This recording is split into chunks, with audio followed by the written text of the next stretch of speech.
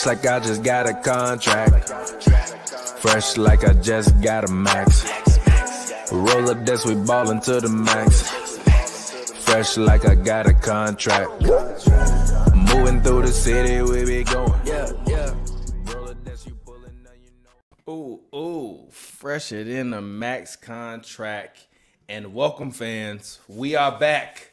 Hoops and Brews, episode number 224. 200 and, hey, bro, you gotta, come on, G. You had the whole game on in the background, G. Oh, my bad, G. Yeah, come on, G. You got the, literally, we definitely about to get a clean claim on this. They gonna claim it off the angle of the TV. People gonna be hella comment like, damn, Portland weak as hell. But what's up, man? How y'all doing out there? As always, welcome. It's Hoops and Brews, man. It's your boy TPJ. You can find me on Twitter, Instagram at Real TPJ. That's REEL TPJ. It's a film joke. If you don't get it, you damn dummy. And as always, this show co-stars rapper extraordinaire Pavy, P-A-V-Y, we're all one word. Wow. I'm laughing at this man. No, literally, I started laughing. Shit hard, G. I started laughing. Shit hard. I started laughing. Motherfucking change colors on. I made that motherfucking change colors on them. This shit hard. He got this shit hard. As you can tell, Pavy got a new lighting object in his house. Okay, turn your mic down a little bit. Okay, turn your mic down a little bit. Yeah, I know it's mad loud. Okay. I had to put a fit on for this one. Yeah. Still probably too loud. Yeah. Up a little bit more. Pavy been having some technical difficulties over there, but yeah, that's better. But how you doing today, man? How you feeling? I'm doing great. I understand why women get ring lights. This thing is incredible, bro. You can change the color on the ring light, G. Yeah, it's fire. You it's can voodoo. change the color. It's like filmmaking. You know what my film teacher used to tell us when we would come to school, and he would be like, and I'd be like, yeah, but that's not how it looks in real life. He'd be like, we're in the film business. We're in the illusion business. We're in the business of illusions. I don't care how it looks when you look outside your window. We in the business of illusions. Make it look like it's planets out there. Do something different. That's what we in the business of. So I feel it. You feel me? But anyways, we back. I'm continuing to add to my my infamous wall at TPJ Studios 3.0. Also, shout out to my lady. She bought this for me. This was actually full of cereal. I opened it up because I'm gonna eat that shit.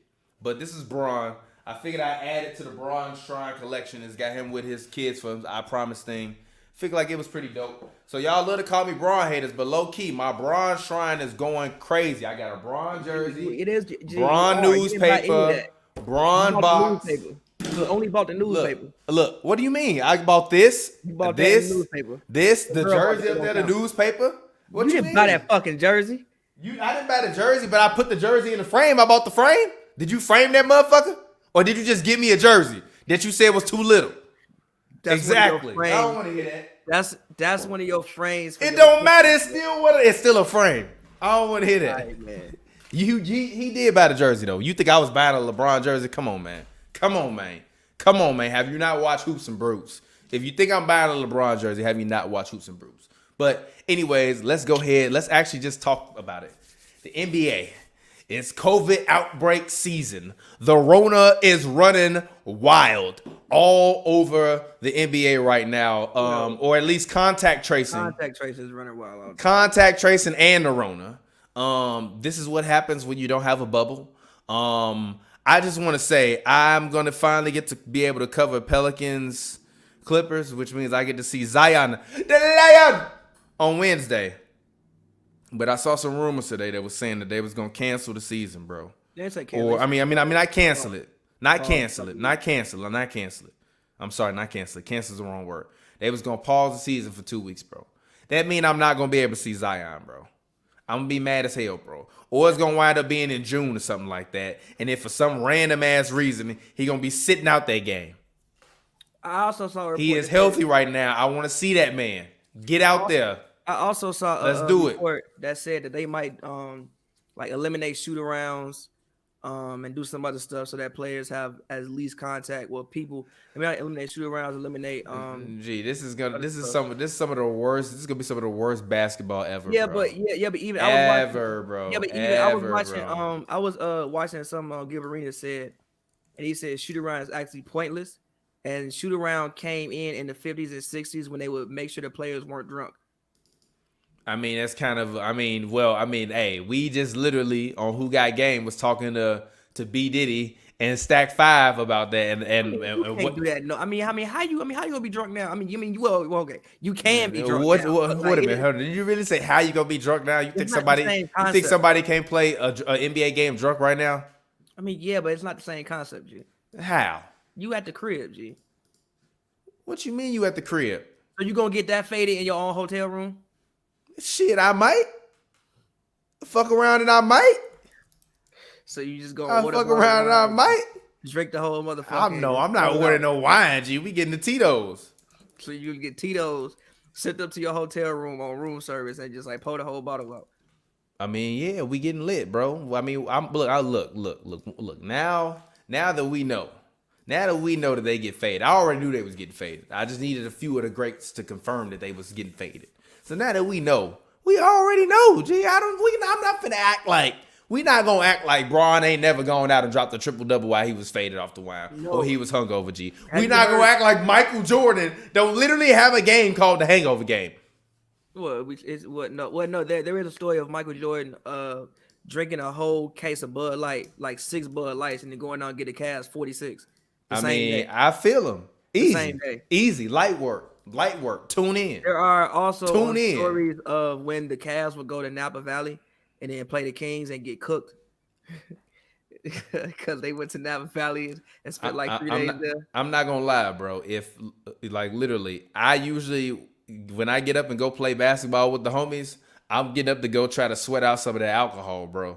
That's what I'm going to try to do. So I feel them, G. And you getting Gatorade all game long.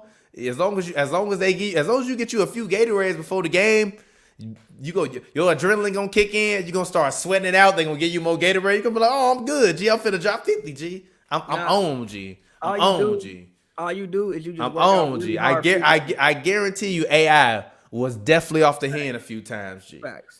And gave you a smooth 41 on like 7 to 24 shooting, and they asked that man why he was shooting back. He just said, "I was just a little off today." Nah, you was hungover, bro. After a long night at TGI Fridays. Yeah, bro. That man said he spent $40,000 at TGI Fridays. Yeah, something like on appetizers, bro. How you do that? Because you said they have endless appetizers back then. Gee, how do you spend $40,000 on appetizers? Bro? Who you go with? Hold on, let me see. Alan. Hold on. I think he said TGI Fridays. Let's see. Allen Iverson. Amazing story. Okay, here we go. Amazing story about Allen Iverson. It's just a joke. Okay, all right, okay. They said it's just a joke. It was like 9,000. Still, how do you spend $9,000 with some strippers at TGI Fridays? He said, first of all, it was like $9,000 at most, and there were never any strippers at the TGI Friday on City Line unless I brought them with me. Come on, G. Come on, G. Come on, bro. Come on, G. Still, bro. How do you spend $9,000 on appetizers, bro? I can see they spend $9,000 on mozzarella sticks, G.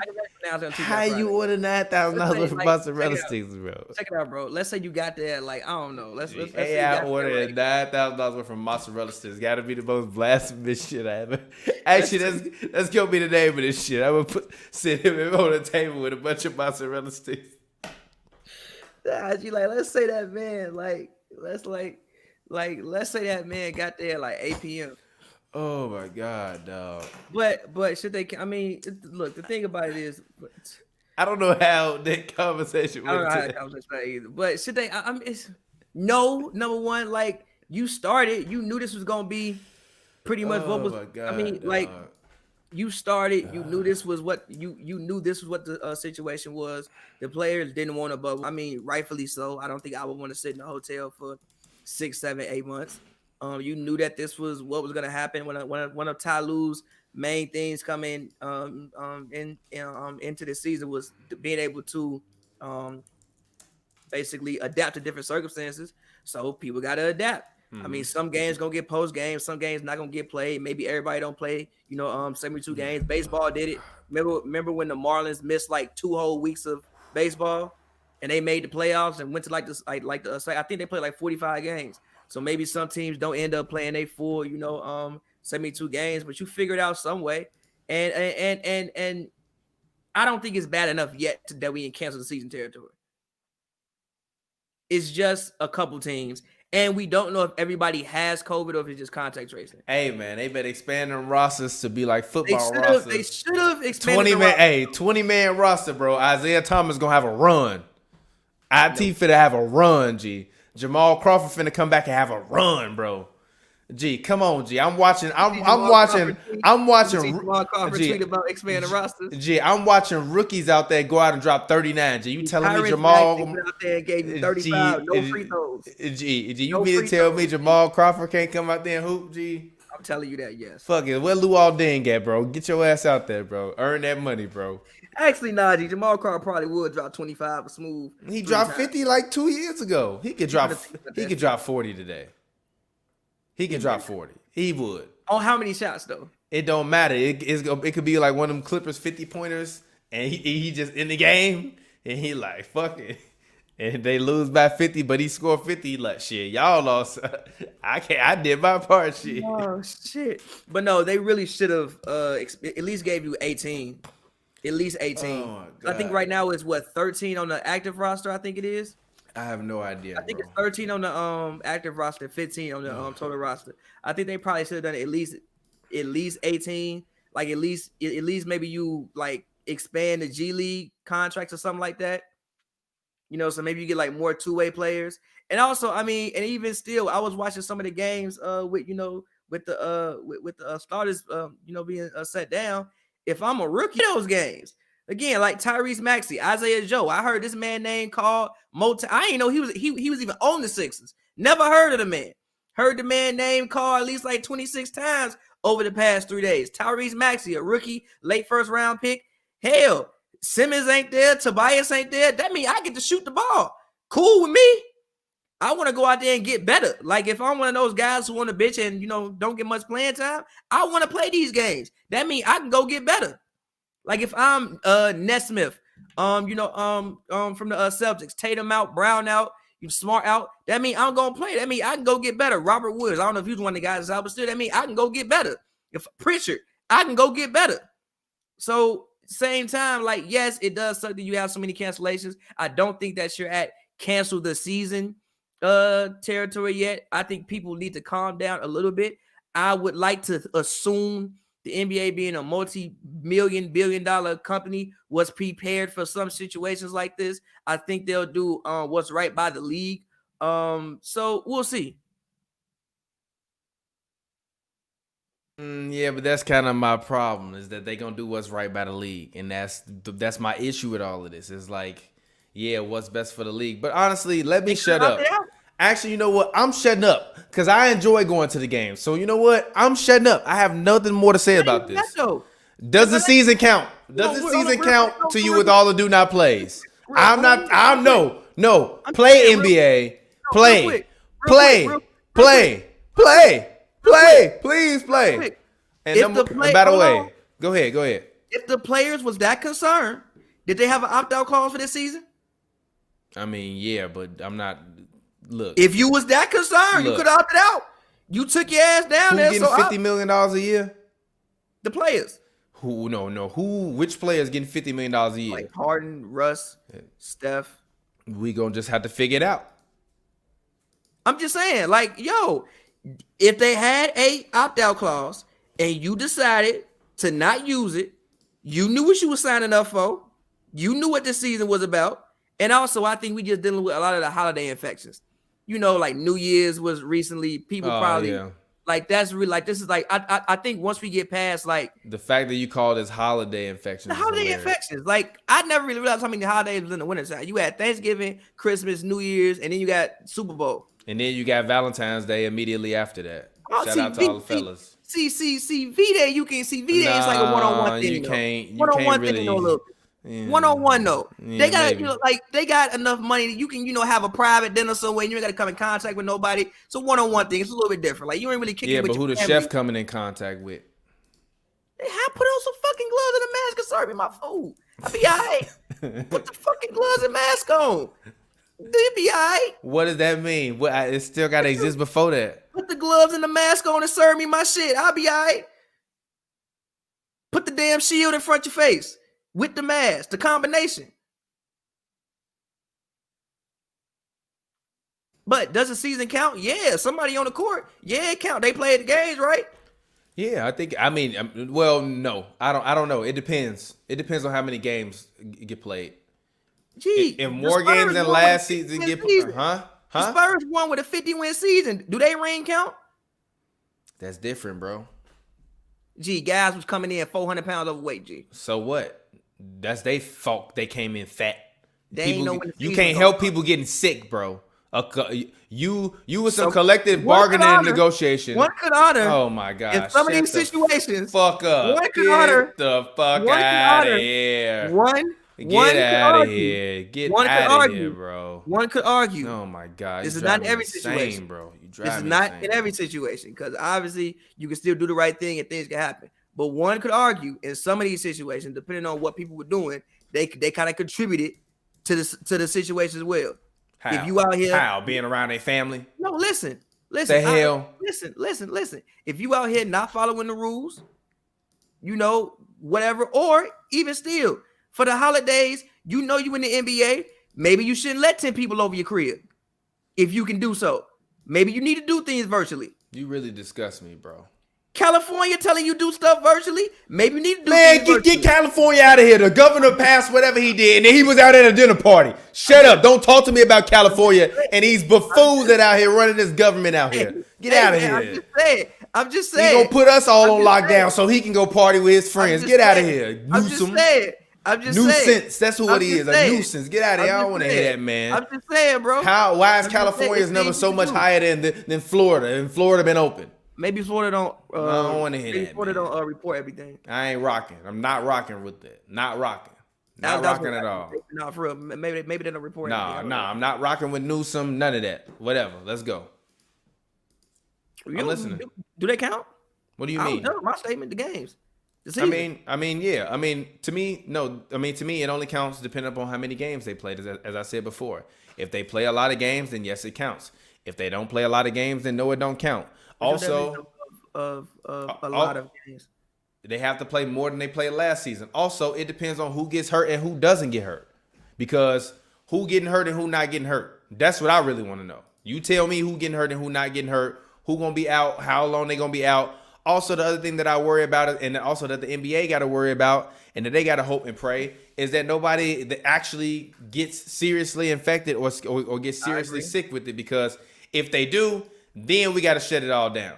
Like if you thought Rudy getting the Rona was bad, oh my God, it is going to be World War Z if somebody gets really, really sick. I agree. So if I'm the NBA, I'm treading lightly. I'm thinking very, very long and hard about what exactly it is that is currently going on. And if I'm them, they better be thinking about, hey, we might need to shorten the season by 10 games and build in some contingencies where we just build in where we say, hey, we know we're going to at least need to stop 2 or 3 times for the rest of the duration of the season. So we're just going to shorten the games by, or shorten the season by 8 games or whatever it is that they might want to shorten it by, and then kind of go at it from that perspective. So, I mean, I guess we'll see, but ultimately, I think that they just need to make sure that they do what is right by the players in terms of keeping everybody healthy, because you have to keep everybody healthy. And I understand you want to make money, but the last thing you want to do is one of these guys get sick and then they infect other people and get other people really sick. So go ahead, respond. I think that they're trying to do the best that they can. Like I don't think they're just sending people out. Like even when I go to the games, I don't get the feeling that they even told guys to wear the mask on the bench and make sure that you only take it off when you check in the game, trying to lessen contact with. I think they're trying to do the best that they can.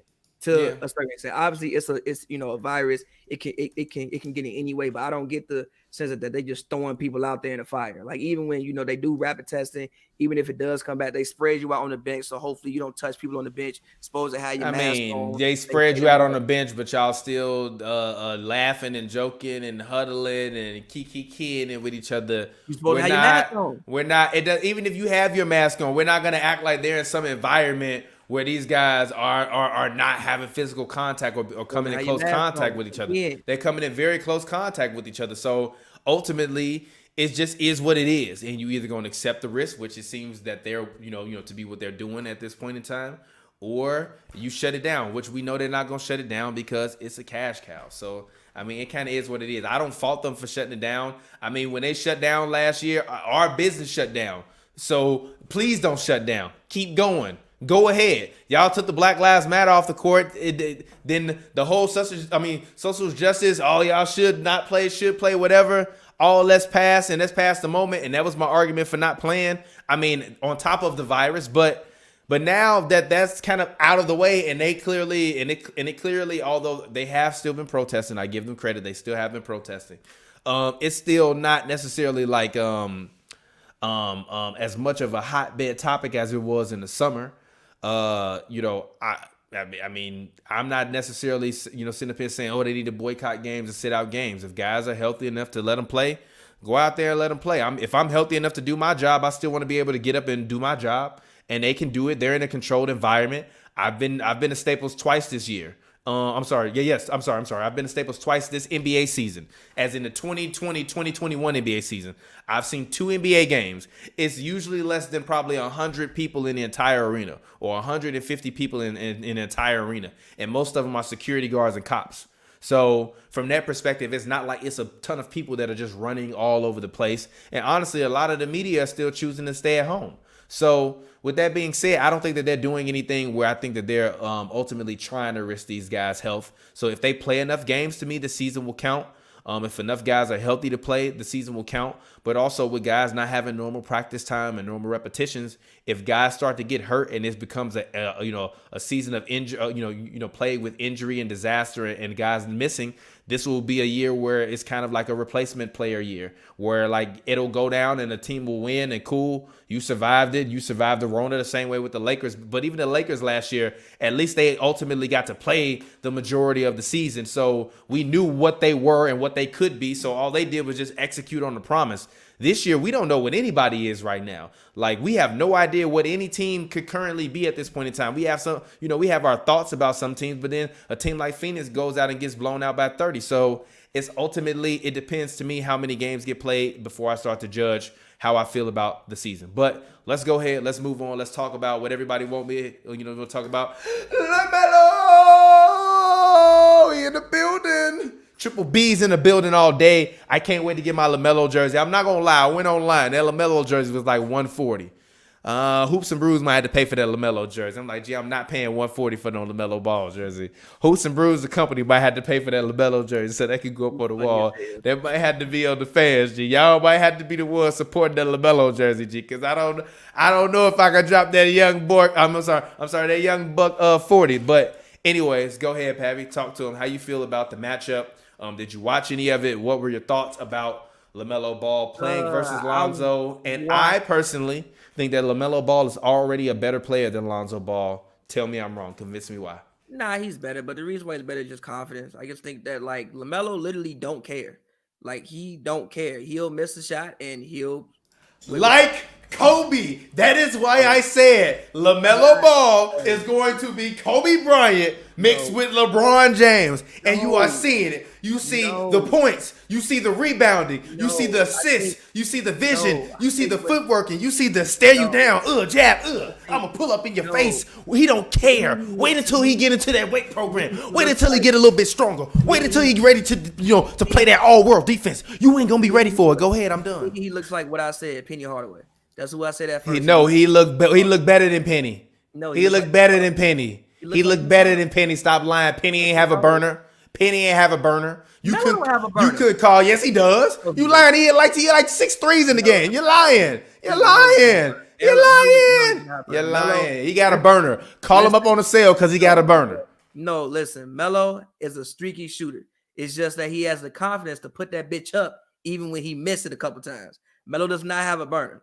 Not yet. If Melo going 6 of 11 or 7 for 12, that don't mean you got a burner. no, I mean you got All right, bro. How many games he done that in? He only played like 5 games, G. He's only had a 5-game career, G. Wait a minute. Stop. You stop. How he's been playing 5 games, G? I ask you a question. What the fuck game he went 7 for 12 for 3? Hold on, let me see. See, now you finna make me go back and pull up this. I think he hit What 6. game was this? He hit 6 or 7 threes in the game. Hold on, let me go back. I think it was 4. Let me go back. Let me go back. Let me look it up. Okay. Okay. Never mind. I lied. It was 4. Okay, it was 4 or 5. My bad. 4 or 5 and 3 or 5. 4 or 5 and 3 or 5. My bad. I'm sorry. I was telling lies. It was 4 threes. No. 4. But he doing this off the bench. I'm sorry. I told a lie. It was 4 or 5. The one thing that Melo actually does need to work on is his jump shot. That's the only thing that he needs to work on. But no, he don't. But keep shooting. As long as he keeps shooting, he'll be all right. Listen, but in my opinion, with the way he when Melo gets in the game has a different pace to it. Like you can just tell that he knows what he's doing and he has a grip on how to play the point guard position. Even today, I think he shot 3 of 13, but he had 14 rebounds. I'll take that. Any given day. My point guard want to go out there and give me 14 rebounds, 7 assists, and 7 points. I take that. That's like Jason Kidd numbers. I take it. So, look, I think LaMelo has a very, very promising future. I think that Charlotte needs to go ahead and at this point start him. I think he's clearly Devontae Graham shoots like 39% from the field. That ain't it. I think you wait. Why? I think you wait. Why? Because you're winning. You're winning, and you don't disrupt something that is currently a good thing. He's still playing every single night, 30 minutes a night, which is basically starter minutes, because basically they like to go small a lot with Bismack and Bridges. So as you mentioned, he got 14 rebounds. He still shot 3 of 13, but the confidence to take 6 3-pointers.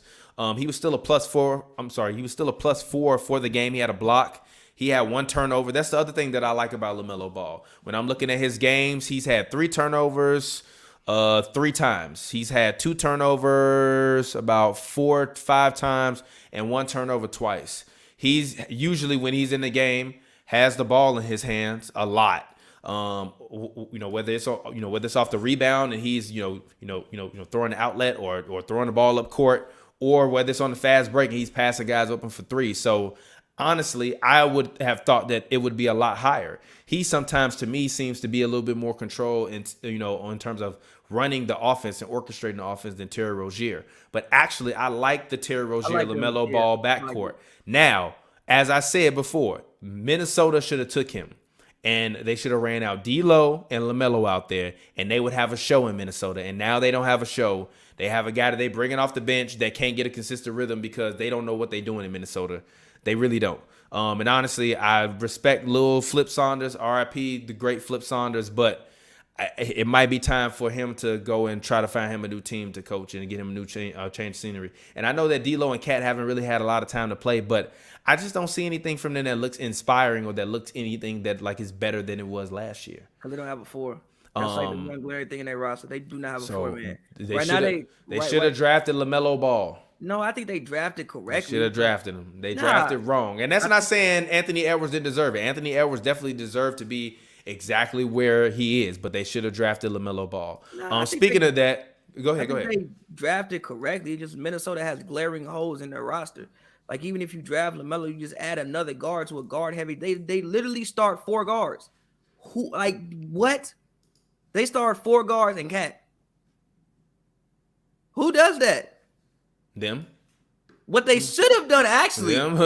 What they actually should have done is, like I said, call Chicago, say, hey, do you want this pick? Cool. Give us Laurie Marketing and the 4th pick. Take that. Drop down to 4. You have a better roster and you have an actual 4. Should have drafted LaMelo. LaMelo was literally the only answer to me for any team that had that number 1 pick, and they fumbled it. And Michael Jordan, honestly, I give you credit for having the balls to take a star when you saw a star. No pun intended. When you see a star, you take a star. You don't take a guy who say that he don't really care about football. I don't. I'm sorry. He don't really care about basketball because he loves football. I'm don't- sorry, G. And that's no disrespect because actually, like I told you, I think Anthony Edwards projects like a mid Michael Jordan to me. You know what I mean? Like not as great, nowhere near as great, but he projects like a very mid version of Michael Jordan to me. Kind of athletic, a little sneaky, can dunk on you, got a little burner, can play in the mid range. He got a lot of confidence. He's not scared of the moment, but he's not a guy to me that I don't think is going to change the game like LaMelo. I think what you see from LaMelo Ball, as I said before, is to me he's playing like an all-star. And if he starts starting, he deserves to be an all-star. Period. He's averaging like 13, 6, and 5. If he starts starting, he's gonna average like 16, 6, and 5. Let that man start, G. You're not gonna tell me Malcolm Brogdon. I don't want to hear that, G. I don't want to hear that, G. I don't want to hear that. No, I'm not talking about a starter, reserve. I don't care. Reserve. Debatable. And honestly, I'm voting for LaMelo so many times. We finna try to get Trae Young up out of here. Now, LaMelo might get it just because it's fan vote. Now, Let's get it. You know what? Actually, let's get it. Hashtag vote for LaMelo. We starting the campaign right here, right now. He might get it because of fan vote. I don't think he's at that level yet, but still, I do think it's. But in general, I think he's a very promising young player. And no, I don't think the Timberwolves should have took him. I think that the Hornets made the right decision because of the fact they had no guards. You have D'Lo, who you just paid all this money to. I kind of want to give D'Lo the ball. And you pay Malik Beasley. Now, if you didn't pay Malik Beasley, then okay. But you got like let that man come off the bench, G. You got $200 million in your backcourt already. No. LaMelo Ball ain't added that $200 million, not that much. But anyways, we got a fan question from young Eli Horowitz. He says, "Why don't top 2 rookies Halliburton and Ball start?" What are your thoughts on that? I mean, I think you just said with Ball. I mean, like Devontae Graham was what almost most improved player last year. You got to give it a shot. You know, you do have Terry Rozier, who you paid the money to, who's nice. Like Terry Rozier has been nice as hell this year. Him and Gordon Hayward had good. I mean, they have good chemistry. That's also what everybody loves. Why did Gordon Hayward sign there? Because Terry Rozier, bro, I played with him in Boston. He know to give me the ball, and when I don't have the ball, shoot. Yeah, but so Gordon Hayward been going insane, bro. And by the way, remember when you used to slander Gordon Hayward? Yeah. Apologize to that man. He's much better now. Apologize to that man. When the last time you heard him say something bad about Gordon Hayward? I mean, yeah, because he tore his foot off his body for a while. You gave him a little sympathy pass for a while. Even like the last year he had in Boston was probably better than most years he had in Utah. I disagree with that, but I feel you. Last year in Boston, he was nice. We averaged like 18. I think it was 50% shooting. Gave you like 8 boards. Gave you like 4 assists. It was a nice year last year in Boston. I personally thought if he was healthy, he was a guy who should have been 6th man of the year, or like at least in the conversation for it if he was healthy last year. Personally, but he broke his hand, I think. Then he came back in the bubble. I think he sprained his ankle pretty bad. He just had an injury-filled season pretty much last year. But no, Gordon's been hooping. I think almost averaging 6 and 6. He averaging 6.3 rebounds, and actually after today, because the Charlotte 14 rebound point. Game ain't even in there, so he probably averaging like 6 rebounds, 6 assists, and almost 13 points, bruh.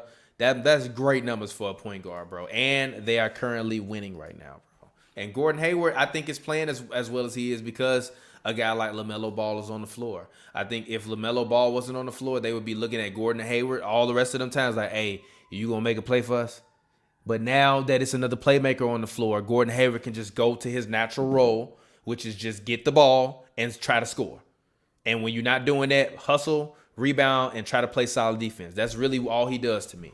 And make shots when you can in the mid-range. And I think if he would have had to be a primary playmaker, I don't think this team would be successful. But I've literally watched at least about 8 Hornets games front to back.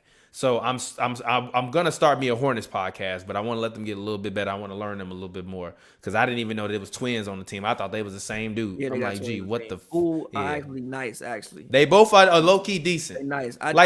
They've been doing. Mitch Kupchak. Mitch Kupchak has been their GM or their president or whatever. People got dribbling privilege on the Hornets. Though. I need to cut that shit down. Only Rozier, Hayward, and LaMelo need to dribble the ball more than twice. Everybody else 2 dribbles, pass the ball. I disagree with that. I disagree with that. I think they want. I think they want a team of wing-oriented playmakers that can dribble and pass the ball. 2 dribbles. No. No, You they either have gonna guys. two They dribbles. have guys that can score though. They have guys that when they get older will be very solid scorers in the NBA for a while. Two dribbles. Bridges will be a solid scorer for a while. PJ Washington kind of remind me of like a Two slightly dribbles. more athletic version of David West. Two dribbles. Give those dribbles. guys the Two opportunity. dribbles. No, why? Two Give those dribbles. guys the Get opportunity the to be able ball to to run LaMelo. and get the ball. Two I don't just dribbles. want them to stand around and hold the ball or pass the ball or let. When I And say if two you dribbles- watching LaMelo and Terry Rozier and Gordon Hayward dribble the ball all day long, it's a problem. When I say two dribbles, the reason I say is because you know how much you can do in two dribbles. Most NBA players, two dribbles, you in the paint. Dribble, 1-2, you in the paint. When I mean, like, when I see guys ISOing, I don't want to see no more Devontae Graham ISOs. I mean, yeah, of course you I don't don't want to see no Devontae Graham ISOs. ISOs. Who want to see Devontae Graham ISOs? The only people who need to be ISOing is Rozier, Melo, and Hayward. Everybody else, two dribbles, pass or shoot. Two dribbles, pass or shoot. If you ain't got nothing in two dribbles, you ain't gonna have nothing. Give it back to LaMelo. As far as Halliburton goes, the Kings just have a weird situation going on in general, and they've had a weird situation for like They're for like just 15 years. terrible. Like they just had a weird for like 15 years. First of all, you paid Buddy all this money. You paid him 120 million. So obviously you want to play him. You paid Harrison Barnes again. You trying to figure out what to do with Bagley. You also got Rashard Holmes. De'Aaron, you just gave him a max. So obviously De'Aaron's stuck in that. Like your backcourt has almost 300 million invested in it at this point, and you aren't winning. You don't really want to put him at the three. I mean, you could run out three guards. They do it at times, but you also did pay Harrison Barnes. Like, they just have a weird situation going on with the Kings. They're not terrible. They're actually playing better than what they played in, recent years, but they just have a weird situation going on. And I still think they're trying to figure out who's a part of their future. Like, Rashard Holmes is playing better than Marvin Bagley, but you drafted Marvin Bagley to be your future. What the fuck? Yeah. Like, what? You just have a weird situation going on. I think maybe you let Halliburton do what he does, see if he continues to grow, and if he does continue to grow, then maybe you call up, see who's interested in Buddy Hield. I think a lot of teams would be. I think the Mavericks would be a great place for Buddy Hield to go. Yeah, and I've heard and I've heard from some whispers. I'm not gonna call them sources. I've heard some whispers that Buddy Hield just really wants to leave Sacramento. But also you saw Marvin Bagley's dad tweet that they should trade him. Trade my son. What has he done? Nothing. Look, Marvin has been and a lot of it is injuries. But again, your best ability is availability. Mm-hmm. Half the time he ain't there, and when he there, it ain't like he light it up right now. Yeah. So if he want to go, cool. I mean, we got Rashard Holmes playing better than you. Yeah. No, it's funny. Like, no. You want to know something funny? Last year, and we got Whiteside. Darius. No. Last year, when the Clippers were playing the Kings, Darius asked me about Rashard Holmes, Rashawn Holmes, and I thought he was joking. He was like, "No, he on my fantasy team," and I was like, "Man, I actually got to pay attention." And then I was like, "Oh, he's out."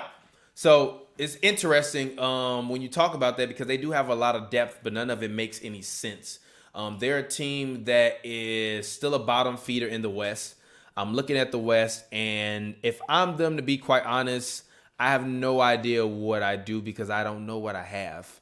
I think at this point, you have to keep De'Aaron and Rashawn Holmes because I like Rashawn Holmes. He's young. He's he's athletic. I like Halliburton. I think you can keep him, pair him up with De'Aaron Fox, because I think small teams, will be fine ultimately. I'm not worried about them getting rid of their size. That's not really small though. Like Halliburton is still like 6'6".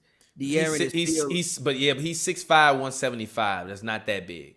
I mean, yeah, but guys in the NBA really ain't out. Like we had this conversation though, that they not really out here like 230 pounds in your backcourt like that for the most part. So that's not really a small backcourt.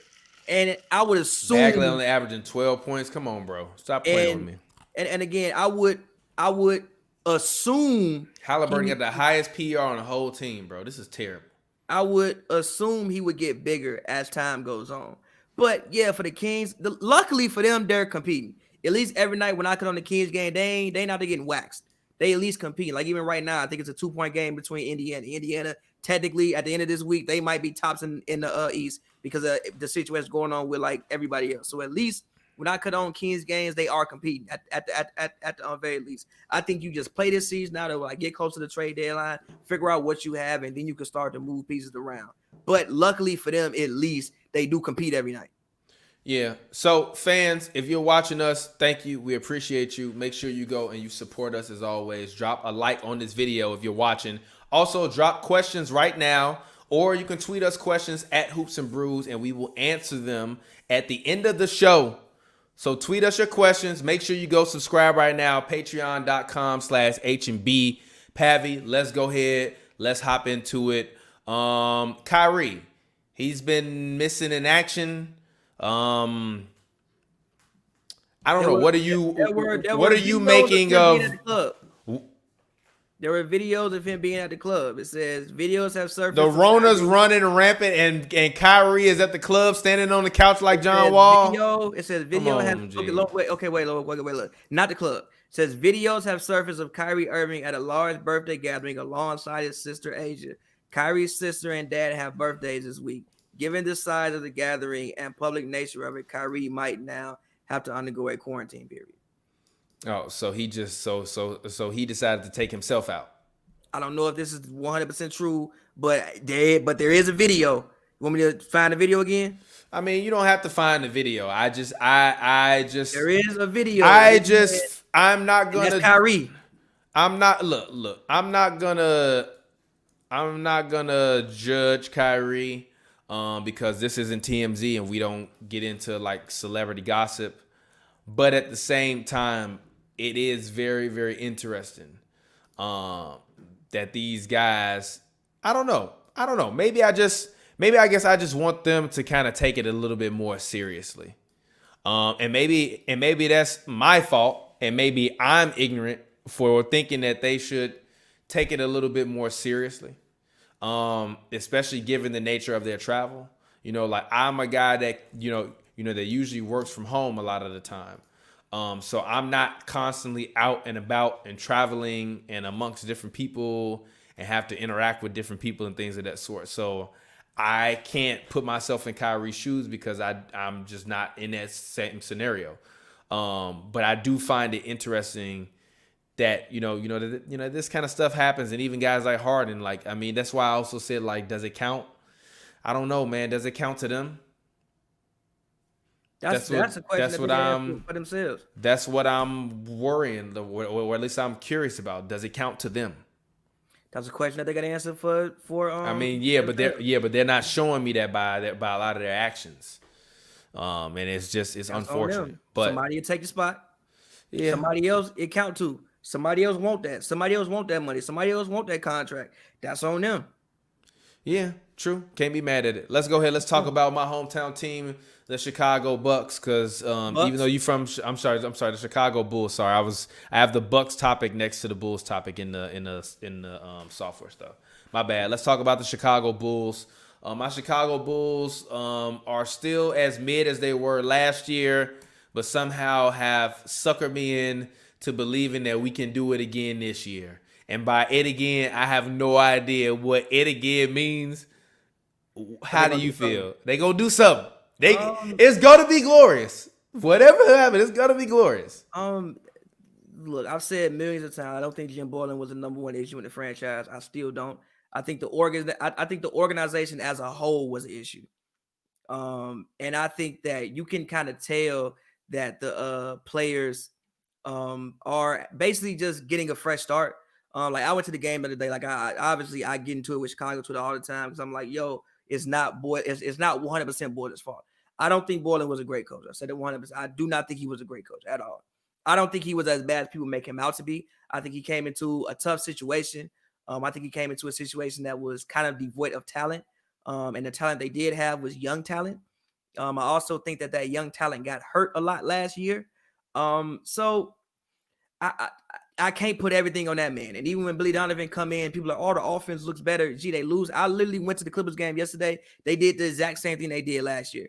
Zach LaVine happens to go crazy. The only difference is Kobe White is one more year of NBA NBA experience. So it seems like he's, come back better. Obviously, he's had 9 months off. So he came back a little bit better. They also have Garrett Temple, who I think Garrett Temple was it might be the unsung MVP. Garrett Temple and Thad Young might be the unsung MVPs of the Bulls this season. I really think that.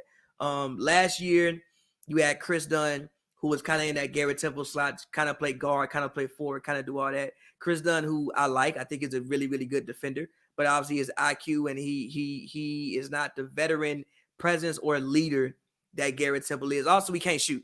Garrett Temple can actually shoot the ball. So now when you go to those lineups, you actually have a guy who can defend, but also still shoot the ball when it comes down to the other end. So you also lessen the need for Otto.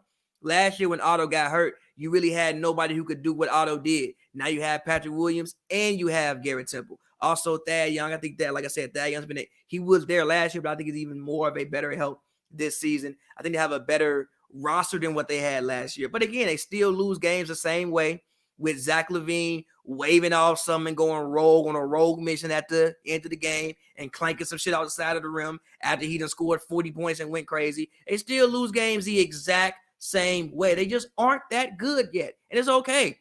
It's just not that good yet. I do agree there's a different energy surrounding the franchise. What do you mean by it? They're not that good yet. I think they can grow. They do have some young talent. I like Gafford. I think Kobe White can be like the next type of Lou Will guy. Maybe he's even better than that. They have some young talent, but they just as a whole aren't good yet. They're just not that good. It don't matter who coach them, they ain't that good.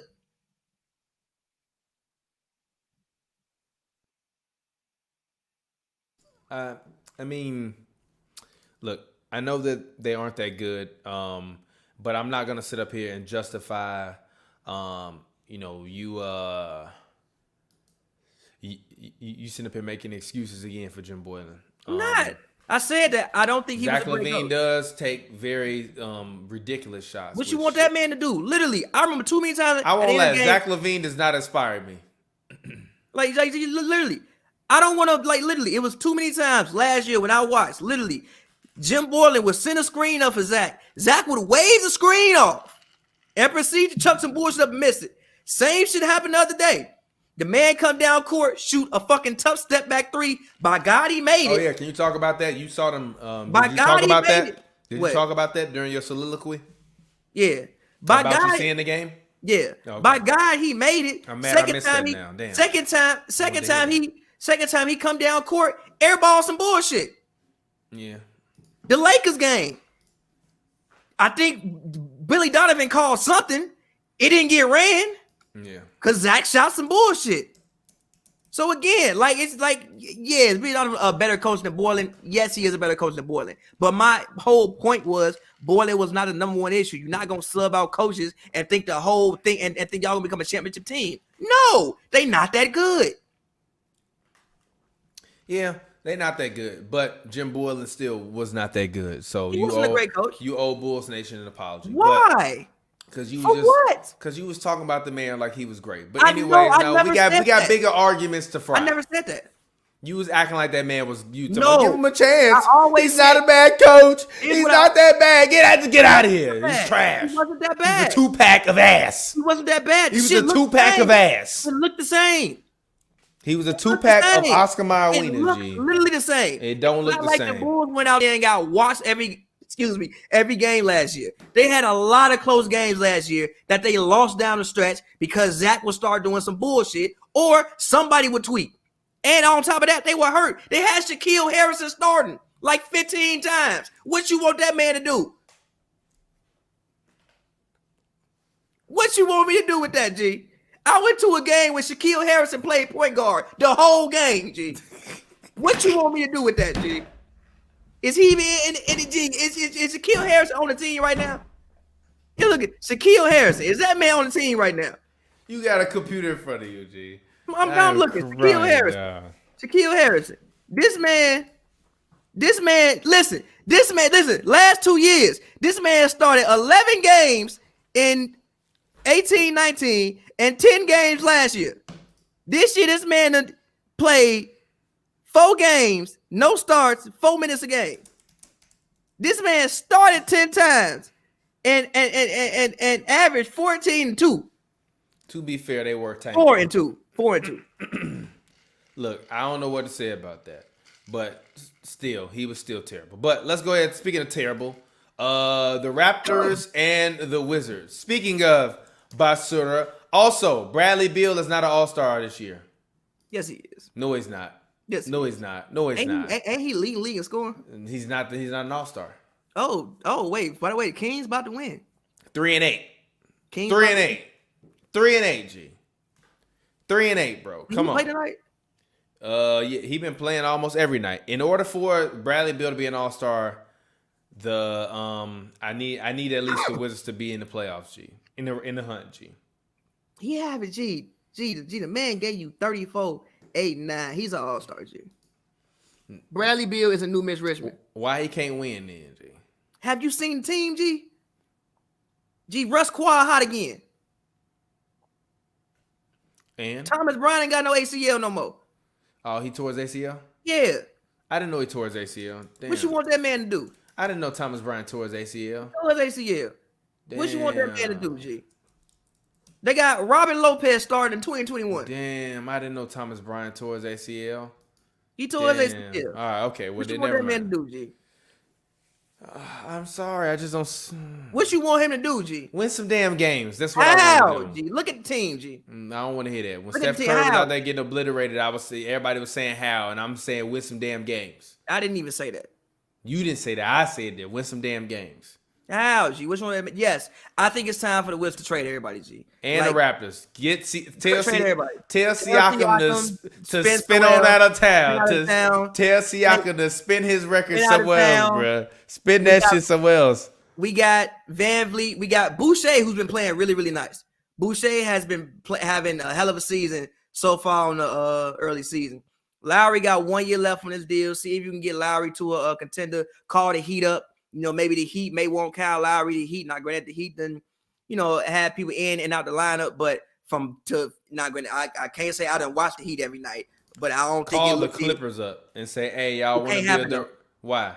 They don't. I've tried it a million times. It don't work. There's no way it could work. They have no contracts that will match up. Lowry getting paid $30 million this year. Oh yeah, never mind. I'm cool. It can't work. $30 million. $30 million. Hey, look, like Chris Tuck said, Chelsea Clinton, was it $50 million? What do you think is Chelsea Clinton? Like, boy, $30 million. What? $30 million? What? Yeah. I mean, hey, maybe Philly. Philly might call them up. What do they need Kyle Lowry for? Point guard, tough, hard, no. For guard. who? Danny Green. Let's actually look trade up. That don't help nobody. I don't even I ain't gonna say that. That don't even help. Nah, I can't even say that. Actually, nah, I can't say that. Hold on. That man said trade that man for Danny Green, bro. What? Look, it was What are you talking about? What are you talking about right now, bro? More people involved besides. What Danny. are you talking about? You started with Danny Green. That's like saying we finna trade for Giannis, and you start with Tyler Hero. I started with Danny Green because I know Danny Green getting paid $15 million this year. Which, by the way, I just want to say, whoever sold that to Ashley, man, I know it was somebody in the front office because she told me. But man, no shout out to them. They said for Tyler Hero. They tried to.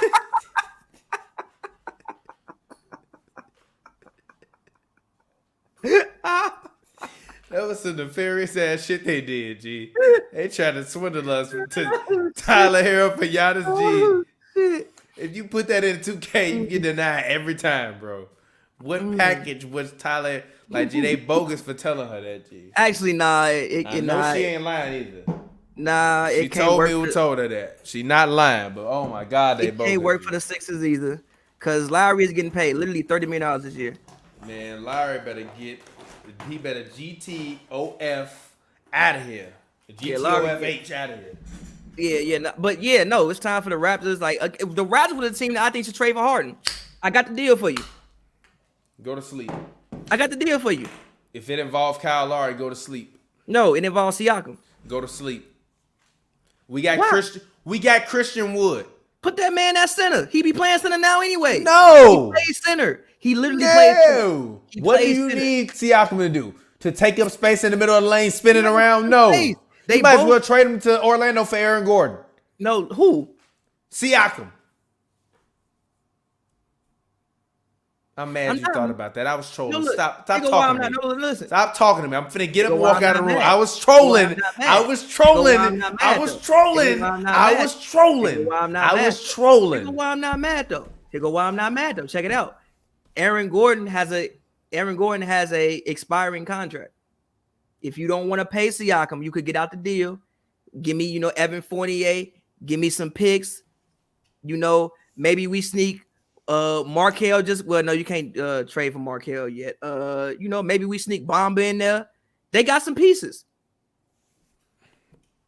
You do good though. I'm not mad at that, but no, I would say Harden and Tucker. You on that? Listen, I got you. Shahugga. Check it out. How do you sell that to your fan base? What?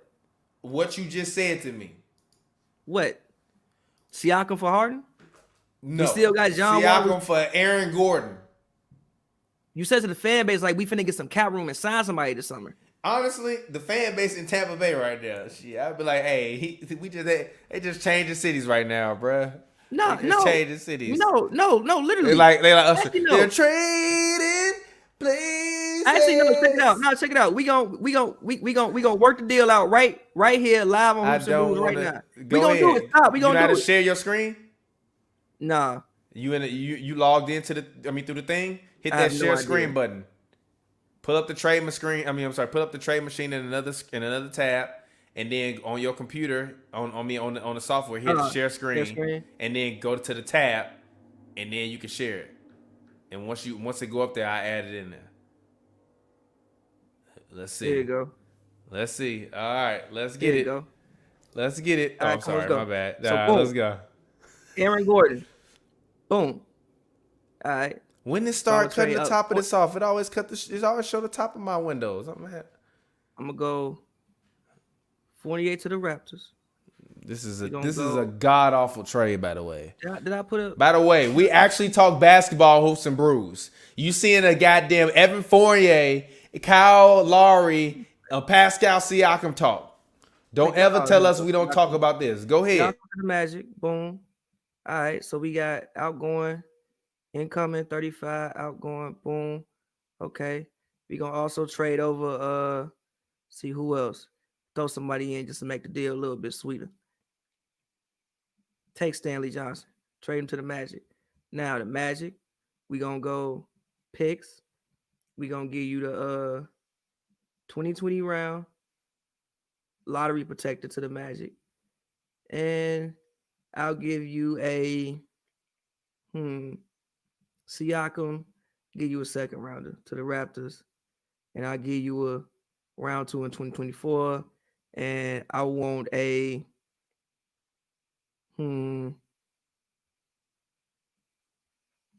round. No, I want this pick to the Magic. See if it works.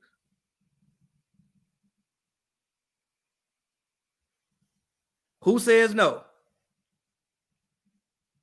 Who says no? Who says no?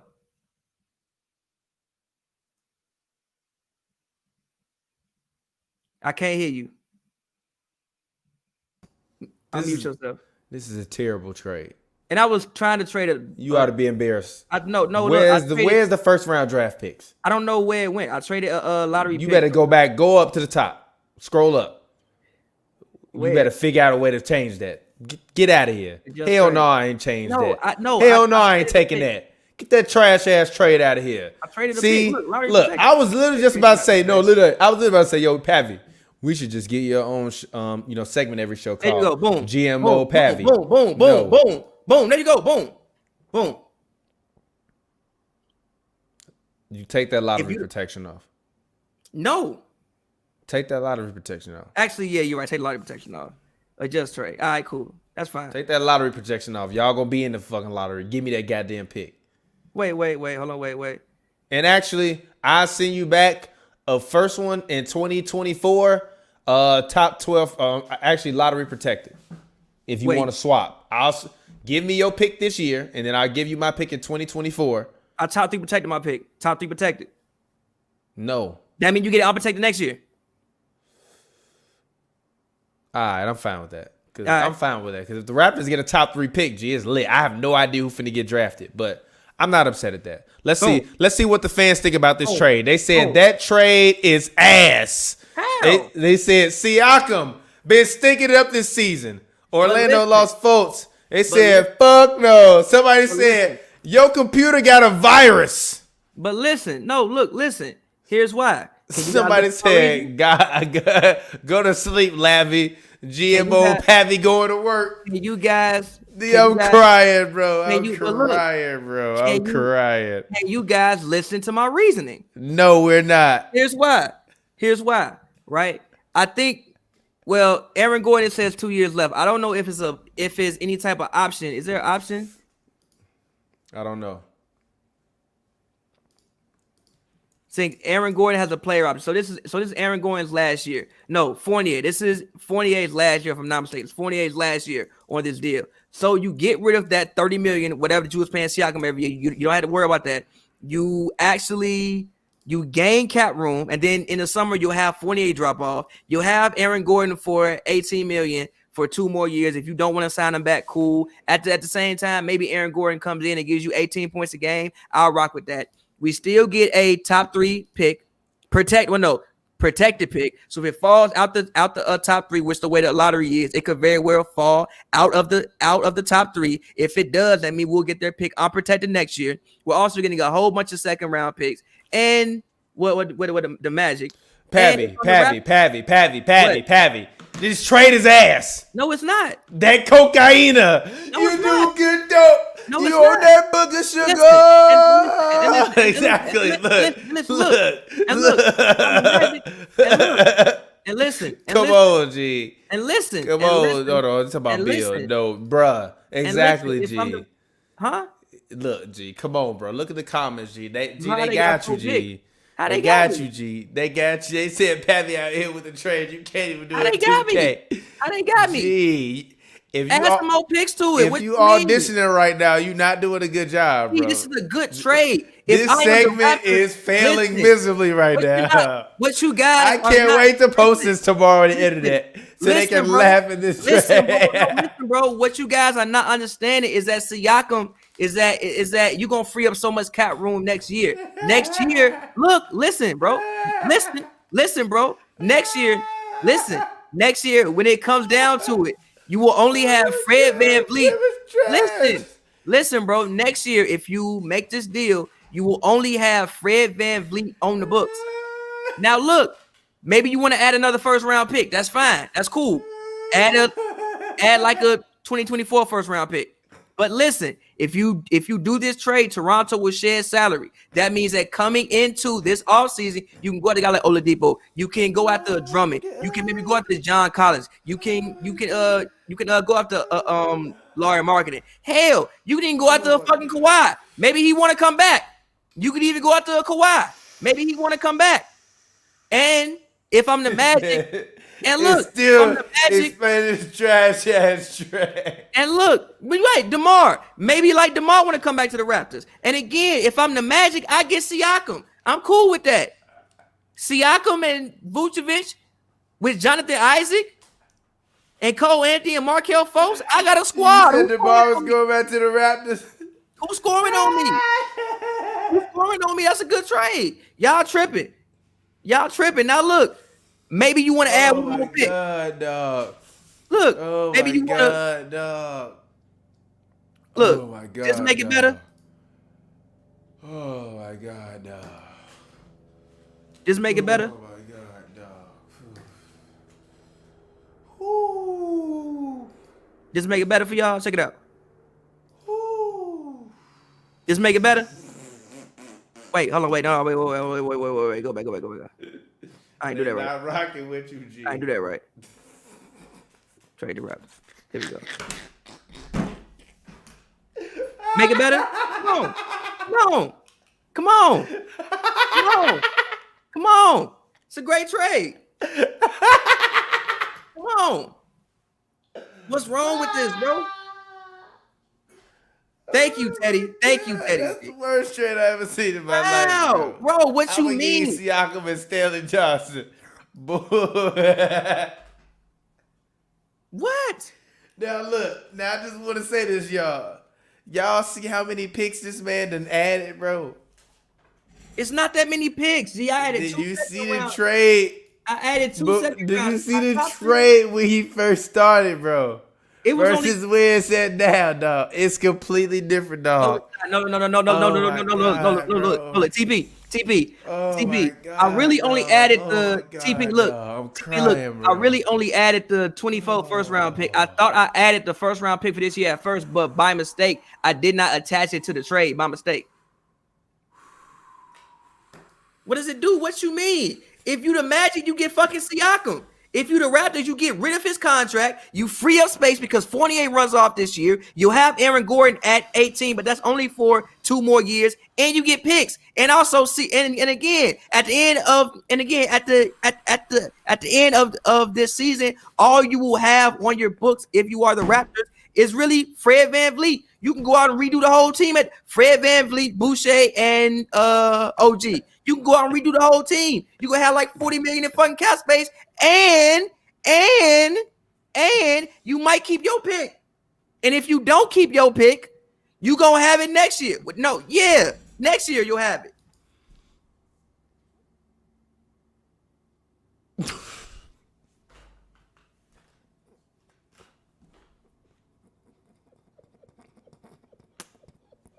Actually, no, I'm tripping. The Magic, hold on, I'm tripping. I actually explained it wrong. We'll have 2 first round picks. The Raptors will have 2 first round picks. The Raptors would have 2 first round picks. Our top 3. Listen. Our top 3 protected the Magic's pick was basically for no reason. It's basically unprotected. So that means the Raptors would have 2 first round picks. You would have like $50 million in cap space, and you would have Aaron Gordon, and you would have a round 1 pick in 2024. And again, if I'm the Magic, I get Siakam, and I can pair him with next year, obviously, because he's hurt this year. But I can pair Siakam with Jonathan Isaac, whoever I have at the 2. Maybe you want to do Cole Anthony, and you want to do Markelle Fultz, and you want to do Vucevic, and we got Bomb off the bench with Terrence Ross. We lit. And if I'm the Raptors, like I will explain it one more time. I get rid of Siakam's contract. Fournier goes off the books. Aaron Gordon has 1 year left at $18 million. That means basically next year, all I will have on the books for more than 15 is VanVleet, OG, Aaron Gordon. I'll have 2 first round picks in this year's draft. I get 2 second round picks, and I get a favorably protected pick. That's a good trade. Can you stop? It's a good trade. Can you stop? How does that not make sense for Orlando? It's not accept. It's accept the L, not accept. How does that not make sense for Orlando? Stop. If you like that segment, drop a like on this video and also comment on the video, not in the chat, in the comment section, what you would do to beat Pavy's trade. And every week we're gonna pick other people's trade to better your trade. Same teams, Kings. And Raptors and the Magic. You can make it a 3-way team, but it gotta feature the Raptors and the Magic. If you drop a comment in the comment section on the video, not in the live chat, of your trade idea, we will show the best one. We gotta bring that up, bro. Mode Pavy is hitting stage every week. We gonna talk. I'm not giving you the team before. We gonna come up with some random teams because that was hilarious, dog. It has been a very rough day for me. Thank you for that. I appreciate that, dog. Thank you. You are a national treasure. Drop a like if you like the GMO Pavy segment. Let's go ahead. Let's move on. Let's talk Steph and Wardell Curry. NBA dropped its official top 5 MVP voting for the first couple weeks of the season. Steph Curry was top 5. Paul George was top 5. I told you. Joel Embiid was top 5. Right? Paul George has been playing good though. Okay. It's a good week. He had a good couple weeks. Show it to me for the rest of the season. Every time I get money off the books, yeah, it's a fucking recession. You goddamn right. I want his money off the books. That man out here missing spinning games. Yeah, I want his money off the books. Stop, G. Stop, G. I gave you like fucking 15 minutes of that shit. Let it go, bro. Accept the L. Not trade. Accept the L. It was an L, G. It's a good trade, G. No, it's not. It's a good trade, G. Hold that L. All right? I hold that L. Anyways, let's go ahead. Let's talk about it. Steph and Wardell Curry. Number one, is he the MVP of the league right now? You said Trae Young, and then they went out and got blown out by 30. I didn't say Trae Young. You said Trae Young was in the conversation too. He was, and then you lied. So Steph and Wardell Curry. Wardell, 6 in the West. And the craziest part is the Warriors got a negative point differential. That's kind of wild. That's because of the first couple games. And you want to know something crazy? The Thunder gonna wind up making the playoffs this year, and everybody is gonna be so mad, bro. Unless they trade Horford and George Hill. I don't think they will. Okay, well, I think they'll trade George Hill, but I don't think they'll trade Horford. And I think those young guys on that team are still good enough to get them into the 10th seed. 10th seed, like technically, if you miss the playoffs but you make the play in, you still are a lottery team. So if I'm them, we might as well make the play in. We make the playoffs. I mean, we make the play in, and then hey, we get down by 15 in the play in game. Sit everybody, bro. We gotta get that lottery pick, G. I'm not rocking, bro. Actually, if I'm saying Presti, fuck it. We got everybody lottery pick. We got lottery picks for D-Wade's grandchildren. D-Wade, Sam Presti got D-Wade grandchild already ready to be drafted. Go ahead. What do you specifically ask me? We're talking about Steph Curry. Is he the best he's ever been? I mean, that MVP. What are you looking at? Talk to me. Don't get quiet now when we start talking about Steph Curry, but you want to talk about Paul George. We're gonna talk about Paul George in a second, but we're not talking about Paul George right now. We're talking about that man, Steph and Wardell Curry. That man, young Wardell, that man. He is not MVP right now. If he's like fourth, maybe I think fourth. The Lakers are winning the West. So why are these people saying Bron's the MVP? No, he's not. No. Y'all on dope. Now look, you on dope. Listen. Bron ain't no damn MVP. You on dope. Listen, the Lakers are currently winning the West. As it stands, they're at tops in the West. AD has not been good so far this year. Bron so far has been consistently now the most consistent Laker on the best team in the West. Arguably the league right now. I think they had the best record on like the lowest of keys. So yes, Bron's in the conversation, and Embiid is still in the conversation. Paul George dope is still in the conversation. How? What you mean how? Embiid give you a double-double. No, and he's on the top 2 team in the conference. Actually, let's see. Wow, Chris Boucher actually has the second highest PER in the league right now. Chris Boucher been balling. No, he was balling last year. Actually was a part of that press scrum that talked to him last year. LeBron's not the MVP to me though. LeBron got like the 16th highest PER. No, sorry, no. He's up there. Steph Curry. No. I don't want you to be efficient. If you don't know about PER, then Jokic really whooping everybody ass. Yeah, but Jokic Steph is below Bron. Jokic's team was like 2-4, 2-5 a minute ago. No, he's not. Yes, he You're is. lying. You're lying. Draymond out there averaging 4 points a game. Listen, in PER. Tell me Anthony Davis averaging 4 points a game and what LeBron gonna do with that. Listen, bro. In PER, Steph Curry is at 24. LeBron's at 24.3. This is facts. And who got better? Who got a better team? I mean, obviously, Bron. Okay, then. So stop playing with me, bro. No, he's Steph not is doing way more with less, bro. He's not doing way more. Yes, He's not doing way more with less. Way more with less would be if they had the Suns record. That would be way more with less. He's not doing way more. No. He's doing good with good. He doing none with none. You're tripping. Damian Lee has 142 offensive rating right now. Why you think that? Because of him. Because of Steph Curry. No, it ain't. That Yes, man it balling. is. That man out there hitting game Don't talk to me winners. about no damn That ain't got Damian shit to Lee. do with Steph. Huh? That man out there hitting game winners ain't got shit to do with Man, Steph. alright, G. So G, we talking about Damian Lee. We talking about Damian Lee. We talking about Damian Lee. We talking about Damian All Lee. right, G. Damian Lee All done right, won bro. 2 games. All right, Damian Lee bro. had more All right, game winners bro. than Steph this year. All right, bro. We talking about Damian Lee. All right, bro. But yes, I do think Steph Curry is the best he's ever been. That's what we're gonna name this. Damian Lee got more. And actually, yo, we got hella titles for this episode. Damian Lee got more game winners than Steph. No. But look, no, listen though. Yes, I do think that Steph is the best he's ever been. I used to not like watching Steph play because I felt that like he didn't always make the right decision. He would just make his decision and it would work out. Now when I watch Steph, he almost always makes the right decision. Like almost always. He's in complete control of the game and even his defense. Like nobody can say he can't play defense no more.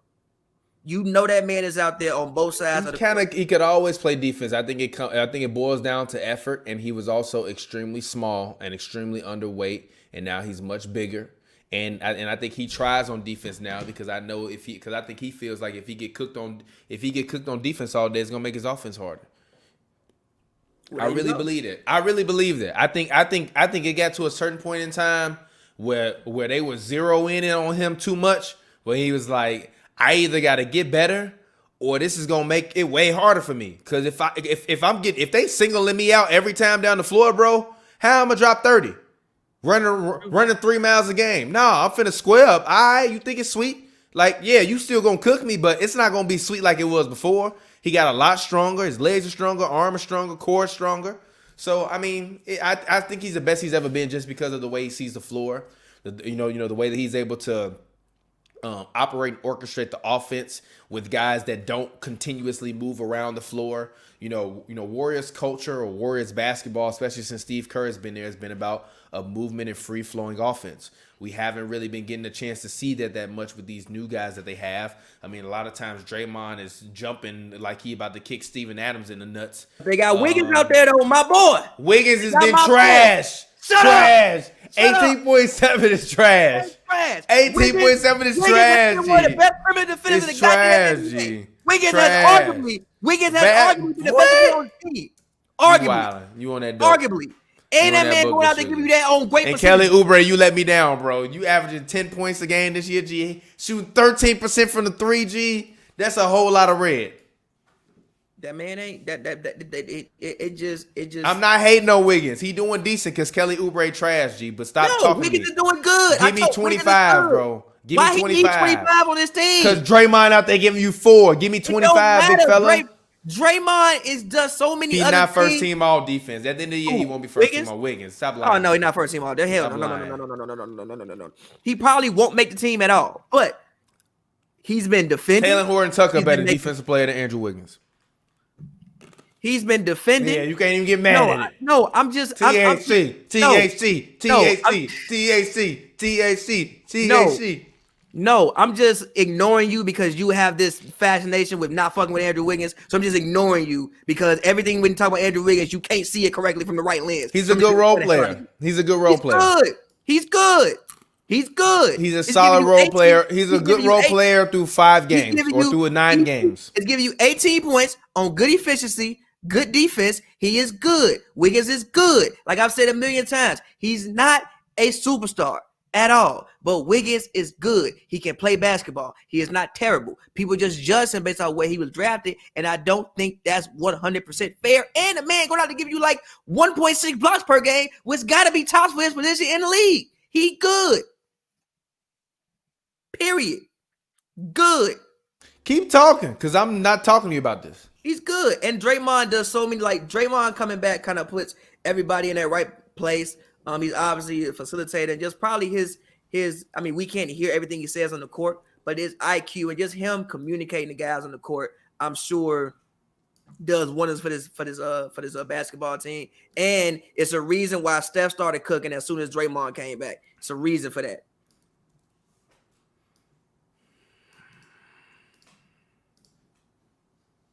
You just not gonna say nothing?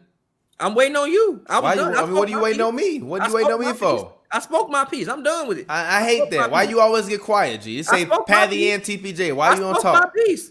I spoke my piece. I'm waiting on you. But speaking of Draymond, is his impact overstated? Yes, it's overstated. No, it's not. Yes, it is. No, it's it's not. overstated, and Steph Curry's impact is understated. No, it's not. It's not. No, it's not, because Steph wouldn't be, because you even said it allows Steph to slide to the 2 because he is not worried about having to be the main facilitator all the time. Also, some of the screens that Steph want to run, Draymond is a guy who has the chemistry to know, like, oh shit, Steph ain't stopped moving. Let me screen for that man. Defensively, Draymond is one of the best help defenders in the league. I'm sure his communication is impeccable. He is a great outlet passer. He is smart. He makes sure people are in the right positions. No, Draymond Green's impact this season is not overstated. Draymond is as far as impact for that team, has had MVP level impact. Is he gonna be all-star this season? Hell no, he's not. No, he's not. He's not. MVP level impact, fam? For that team, yes. For that team, yes. If Draymond would not be back, things would look a lot different for this basketball club.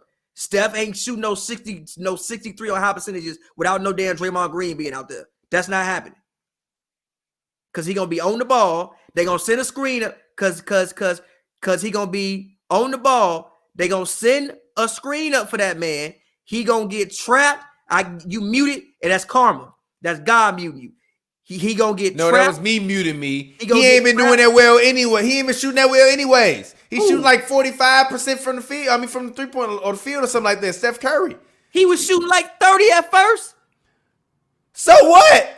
See, that's much higher up. It's like 3 games. Stop playing with me. Over the past 5 games, G, Steph Curry has been more so back to shoot his normal percentages.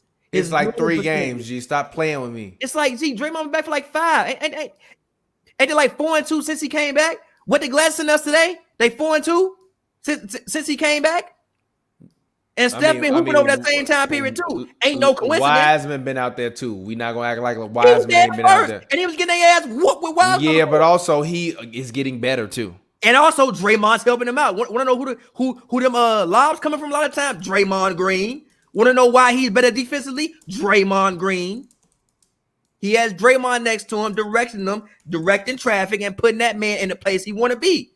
Too many times, Steph get trapped. They get a ball to Draymond, and like that would be Iggy in that little short roll. Now that's Wiseman. Or like how it would be Looney. Now that's Wiseman. He making the game easier for that young brother. I'm sorry. I'm not rocking with that. I think Draymond's effect on the game is slightly overstated. I think he's doing what you expect him to do. Set screens and pass the ball. I mean, I'm fine with that. I think that he does what he's supposed to do. He's a very, very good role player. Do what you're supposed to do. He does a great job at his Boris Diaw impression. I love it. It's marvelous. Do it. Keep doing it. And honestly, that's the role he should be thinking. I think it's egregious at times that he has 1 point or 4 points. Like he's literally. Why do we talk so much about? Because he's literally no threat on the floor offensively at all, false. And it limits them. If you are passing, if you are setting screens, you are. That's not what I'm talking about. That's in terms offense. Of scoring the ball. He makes them one dimensional though, because then it's essentially 4 people on the floor. He still makes them one dimensional. But you want to know why Steph Curry telling Kelly Oubre to move around? Because Draymond out there. No, because he can't move the fuck around. He does, but Draymond ass can't shoot either. We don't do that here. We move around. We set screens. Yes, you also want to know why we got to move around? Because Draymond can't shoot. Your blonde fucking hair and set this screen for me when I'm trying to do my goddamn wheel route. We not running no ISOs for you. I'm out here. I feel him. I'm mad you just gave a great Steph Curry impression. We're not running no ISOs out here. I'm out here. But I agree with that. But, I mean, it is what it is. So, let's go ahead. Let's talk about the Bucks. Yes, we're rightfully ignoring the Milwaukee Are we rightfully ignoring the Milwaukee Bucks? I mean, I feel like they've been a footnote. They haven't been interesting. Giannis has kind of been in and out. Lackluster. They don't look any better. They actually don't look better than they looked last year. Huh? They don't look better to me at all than they looked last year. They don't look better than they looked last year. They just look like whatever. They just look like they gonna try it again. And I respect them. Like, they just like, fuck it, we gonna try it again. G. Maybe Giannis is pacing himself this season, but I feel like Giannis hasn't been as impressive. The Bucks in general just haven't been. Middleton's been hooping. Yeah. He's been balling, but as far as everybody else, really don't. I haven't even thought. I don't even think about the Bucks most nights. Yeah, I don't even honestly. I was very tuned into a lot of their games last year. I'm not really tuned into them that much this year. Middleton, Honestly, I've been watching the the Hornets instead of watching the Bucks. Middleton is giving you. I don't 22, care about Middleton though. You already know how I feel about Chris on Middleton. On 55% shooting, 50% from the field, and 96% from the line. Middleton been hooping. Middleton Middleton, and the Raptors lost again. Jesus, man. Yeah, Middleton arguably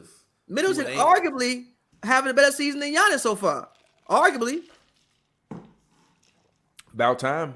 And the Giannis crazy part ain't is the Bucks still have the best differential in the league. They do. Yeah. I think a lot of it's because of the first game though. Like they beat the hell out the Warriors by like 50 I mean, points. they also still averaging the most points in the league. They are technically, they're averaging the most points per game. Yeah, in the whole league by 4.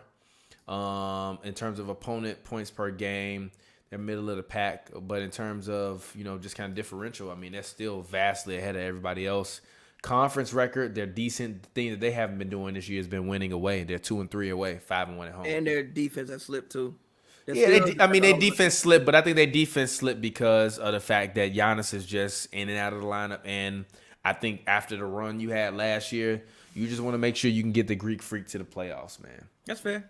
Really, I really, I don't care about, like, none of this regular season stuff matters. And the reason why I know it don't matter is because Brooklyn don't care about it. And if I'm the Bucks, as long as Brooklyn don't care about the regular season, I don't care about it. Brooklyn needs to start caring. No, stop. When Kevin Durant and Kyrie Irving play every day, then I'll start playing Giannis every day. But until then, rest. I mean, I'm realistically asking Giannis, do you want to go out and attempt to try to win 3 MVPs in a row? And if he says, nah, I'm kind of tired, I want to take a year off, I think it'll be harder for me to win for narrative reasons. I just want to be able to still be one of the best in the league, considered to be a top 5 player. Okay, cool, freak. We're going to rest you first leg of the season because it's 3 legs of the season, right? We're going to rest you first leg of the season. Last 2 legs of the season, we're going to run you full throttle. And then by then, also, narratives will start to form. And if we want to really make that PR push for you to try to get that MVP, we can do that again if you're playing that well. If not, then we've already had this discussion and we working towards this year. And if not this season, next season, because of all of the extra elements that are going on. And that's my pitch to the Greek Freak. And also, you get what, $270 million? Yeah. You better pass me that $270 million. Shit, I'm the freak of Milwaukee. The freaks come out of Milwaukee. The freaks come out of Milwaukee. And I'm going to be right there talking. Because the freaks come out of Milwaukee. Let's talk about the Lakers. Are the Lakers better than they were last year? Have you been paying attention, tapping in at all to the Lakers? I haven't really watched any Lakers games this season. Keep it G with you. I haven't. They do just know how to win games though, and I think, yeah, I think that's the main veteran. Yeah, veteran. All of them just know how to win games. Like you see a lot of games like this year where they can just take 3 quarters off, and a 4th quarter just win the game. They just know what to do in the right point in time to win the game. So are they better than last year? We'll see. But I definitely think that they're more experienced. And if more experience can lead to more guys are more experienced. And if that can lead to you being better, then I'll say that they're better. But I don't know yet. I'm not upset. I think that in terms of the Lakers, they are better. Offensively, they're better. Dennis Schroeder has been very, very good this year. I think last year they didn't have the dependability of their backcourt. And I think this year they have the dependability of their backcourt. I think clearly, Taylor Horton Tucker, THT, who is a champion. Taylor Horton Tucker, seems to actually, even though he's 19, 20, really be absorbing the pressure and the responsibility to have to go out there and get small minutes. Like, I think the difference between a guy like Taylor Horton Tucker and a guy like Terrence Mann is that Taylor Horton Tucker, number one, is much better, but also at the same time he defends, and he's always poking the ball away. He has a very, very high and long wingspan. His arms reach up high. When he reaches out, he's able to poke the ball away. He's sneaky athletic. I remember seeing him when he was in high school because Taylor Horton Tucker Played on the same, freshman and force-off team as my little brother. He was kind of pudgy when he was younger, kind of fat. He always wore a T-shirt, but he was athletic. He could move. And seeing him do what he does in the NBA just is really like the evolution of his game from when he was in high school, which I think is very cool. And that's why I always root for him, especially because he's a Chicago guy. And I think that him alone, as the added addition to this team, even if you didn't add anyone else, is an addition for them. And then if you add in Dennis Schroeder, I think that's an addition. I think Alex Caruso finally. I think last year for him was still a prove-it year. You know how, AC Fresh has been around the Lakers organization for what, really like 6-7 years at this point in time? No, it ain't been that long. It's been like 4 though. No, I feel like it's been that long. Like coming 4. up through the G League and all of that. Like 4. Hold on, let's see. Alex He ain't that old. He's 26. Let's see. 26, he was drafted in. Okay, you're right. Okay, that's been like 4. It feel like it feel like Alex Caruso been grinding for the Lakers forever. But 4 years still. I remember when he would come up and play the G League games at the end of the season, yeah, and he would play very, very well, and he would randomly dunk on a motherfucker, and we were like, "Oh shit, what the fuck? He might make the league next year. Who is this white man?" And then he worked his way up. I think last year, he had to prove it. But now you're a champion. You're a champion. He performed in that series. No one, to me, could ever say that he doesn't deserve it. I think he does. I think he will live in Lakers lore along the lines of guys like Devin George or Tyronn Lue or Mark Madsen or Samaki Walker, those kind of guys. And those guys, I don't think what's the name of the light skinned one? What's the name of the light skinned one? Huh? I don't think Samaki Walker lives in Lakers lore, but I feel you. You still remember him as being a champion in the Lakers, do you not? Not until you said it. I do. Not until you said it. But I do. Sasha but I'm not a Lakers fan. So even AC Fresh, Lakers fans love Sasha Vujacic, but they love AC Fresh way more than they love Sasha Vujacic. You feel me? Like period. I think AC Fresh has had a cult following for a few years. It's just been fortuitous and he prophesized his own journey and achieved it. But I'm not gonna sit up here and act like he ain't had Lakers fans' ear and they love the man. He been grinding since he was playing in the Bay, South Bay Lakers. So I may have not always been a Laker fan since I've lived out here, but I was a Lonzo fan.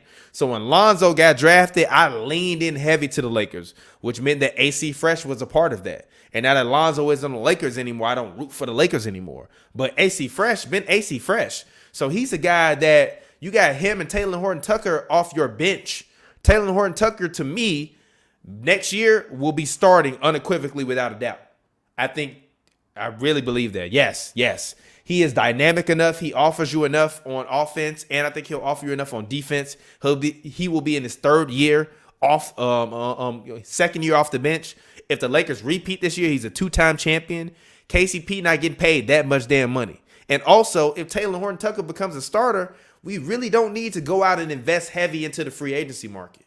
We can save money there, give him an extension or whatever when he's eligible for it, and try to go and continue to bolster our bench and make sure that LeBron James is protected. So I think that they won automatically. I really think that they won. So, I'm not upset at the Lakers team this year. They got way better. They are way better. I don't think they'll have any offensive droughts like they had last year. I don't think a team like Miami can take the Lakers and muck it up this year. They have too many offensive weapons that will be able to create on the perimeter. Trez is a demon.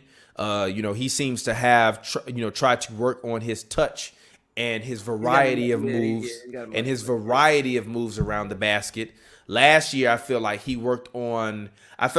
last year versus the year before, he worked on finishing around the basket strong and finishing through contact, which is the reason why you were able to see him get a lot more foul and free throw attempts and be able to really just like go and just attack people constantly at the rim versus a lot more of the pick and roll. Like when the Clippers were nobody's, Trez was much more pick and roll. Last year, he was much more attacking last year in like running and pace.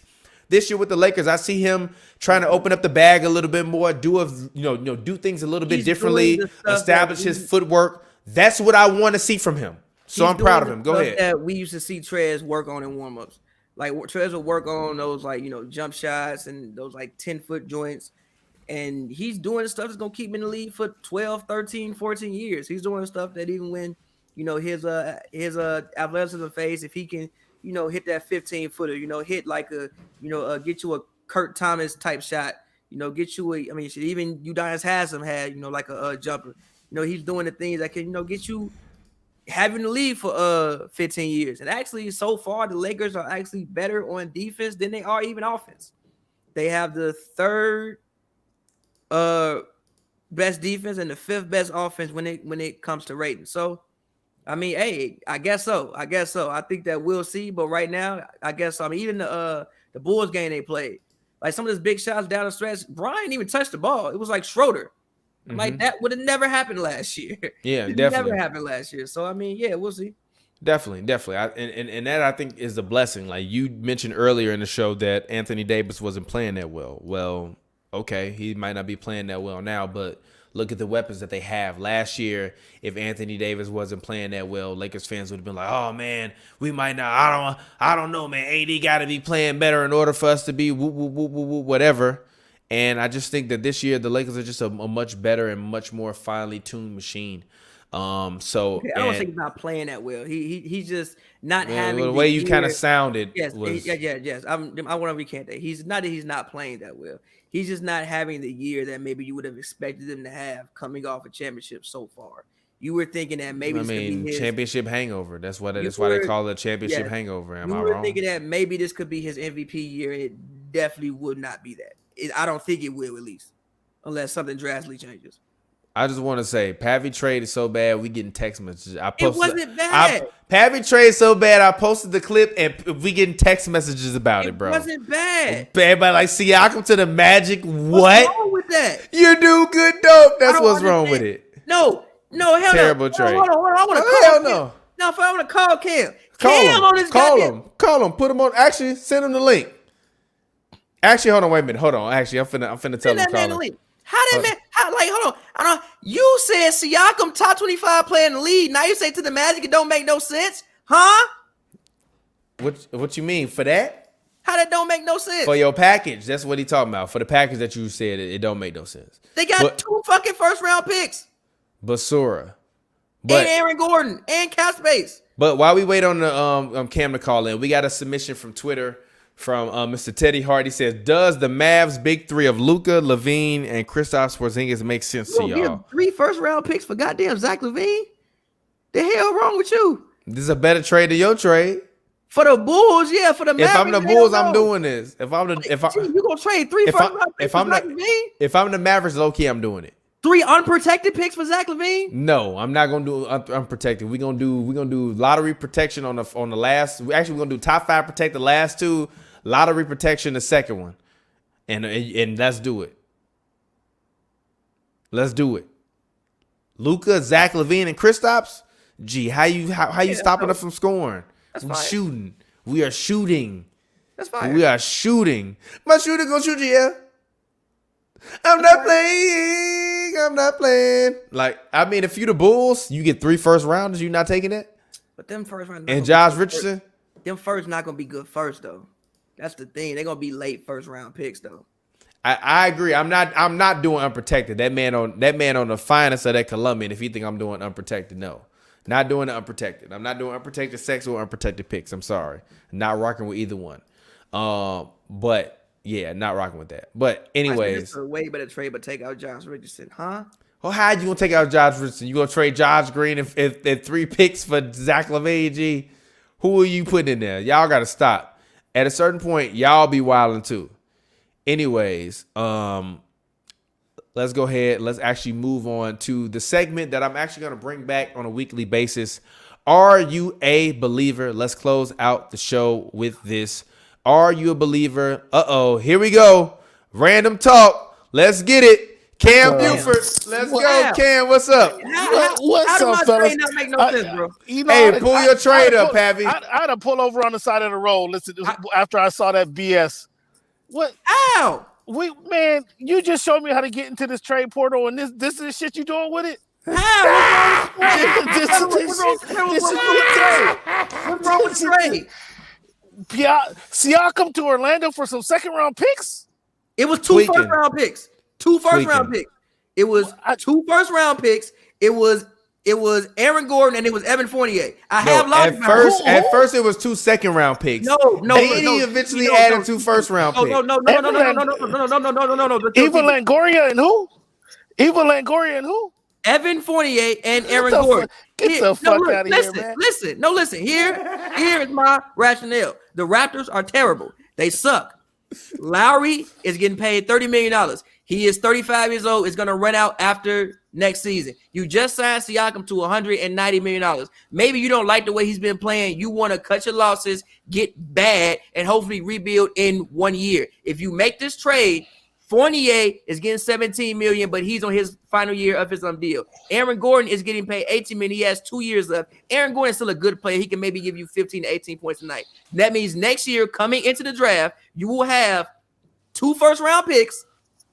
You will have $50 million in cap room, and the only people you have on your books long term will be Boucher, who I like, who has been playing better than Siakam this season. Boucher been balling. You have if I'm the Magic. Why am I doing this? Yeah, so you trying to do how a that make us jump? better, G? You trying to do a salary jump with Siakam? Don't make the Magic better. Cam, you said Siakam top 25 in the league. They don't make the Magic better. So why am I trying to get rid of him? If we've been playing bad, why am I trying to get rid of him? Is this a salary jump? If anything, he should be wanting to build around him. Is this a salary jump? Because we suck. And we got VanVleet, we got Boucher, who been looking better than that man. We got Boucher. We can dump that salary off, take $50 million, sign somebody in free agency. We'll probably get a top pick if we just tank. We'll probably get a top pick, and then you back again for the next however many years. Lowry old. You in a so it's a salary dump for Lowry. You trying to get rid of Lowry? Ultimately, you throwing Siakam in the mix. No, I'm trying to get rid of everybody besides VanVleet, OG, and Boucher. Man, and we gonna get out of here, man. And we gonna get. Thank you, G. Thank you, G.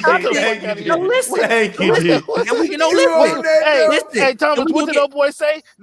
Pavy trying to do a trade that won't work on 2K. Exactly. It's not working on 2K, bro. No. Actually, Siakam is always Siakam is always on the trade block at 2K after 2 years. Trust me, I go 10 years in the future. I know.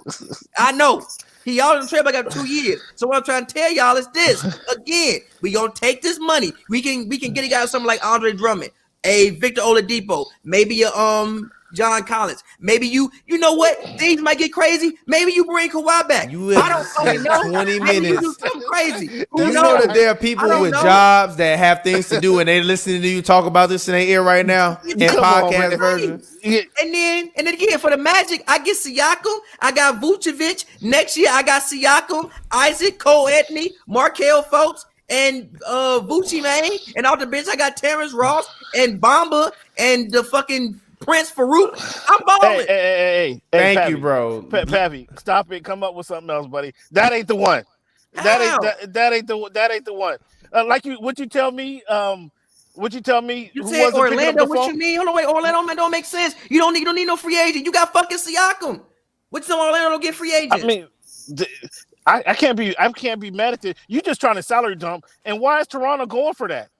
Why is Toronto? Masai ain't picking up the phone and talking about this. You cut it out. Masai, are you sure about that? I'm pretty sure about that. I'm pretty sure about that. They are terrible right now. Siakam ain't been good. Boucher has arguably been better than Siakam so far. He's getting paid way less. You just signed OG. Lowry is old. You are in a possible situation. Hold on, wait. You are in a possible situation where the Raptors might be stuck in NBA purgatory, meaning being the 5th seed every single year. Possibly. And so let's tank and then do what? Hopefully we come into the 5th seed next season. Listen, tank, get you a top pick, take that $40 to $50 million of cap room into the offseason. Also, you get Aaron Gordon, who's good. He's not terrible. He's good. We talked about Gordon yesterday. He probably needs to change the scenery. He's good. So you banking on Kawhi? Kawhi wanted to go back to Toronto. I didn't just Orlando. say Kawhi. I named more guys. I said you got a Drummond, you got a DeMar DeRozan, you got a Victor Oladipo, John Collins, maybe a guy you can pry away from, the Hawks. There are a couple guys that you can get. Hey, Thomas, it's getting late, man. Turn this kid's mic off, bro. All right, man. It's your turn to get kids like off. Hey, Cameron Buford, Voice of the Fans, holla at your boy. YouTube, Voice of the Fans on YouTube. What's Good in Sports on Twitter. Holla at your boy. All right, fellas, I love you. See y'all. Right. See you Wednesday, Thomas. Hopefully. What's the deal? I mean, hey. Pavy trying to elbow you out? Nah, Pavy man. trying Hey. to elbow you out the mix? Nah, man. They rumoring that they might pause the season for about a week to, the 14 days. Well, so yeah, I guess. Hopefully, we'll see. We'll see. But right. I'll get that with you later, man. Peace out. Love y'all. Thanks for Later. calling in. All right, peace. All right, man. Final topic of the night. Are you a believer? Are the Clippers something to believe in? Are you a believer in them? People have been, telling me this looked like a potential number 1 seed. I don't know. I don't know, man. So what do you think? One thing that Ty Lue did do, which I've been complaining about, which he finally switched, was he finally switched his backcourt rotation. He is no longer running the Reggie Jackson, Lou Kennard, Lou Williams all on the court at the same time backcourt. He staggered it yesterday. He said he had a conversation with Reggie Jackson and told him just stay ready. So I guess that means Reggie Jackson ain't gonna play too much no more. Hey, that means sorry, son. Is Terrence Mann still gonna play? No, he hasn't played either. Good. So it seems like Ty has switched up the rotation some, and he's always, for the most part, he's limiting the Lou Kennard backcourt. He said he always wants to keep 4 defenders on the court at all times, which thank God.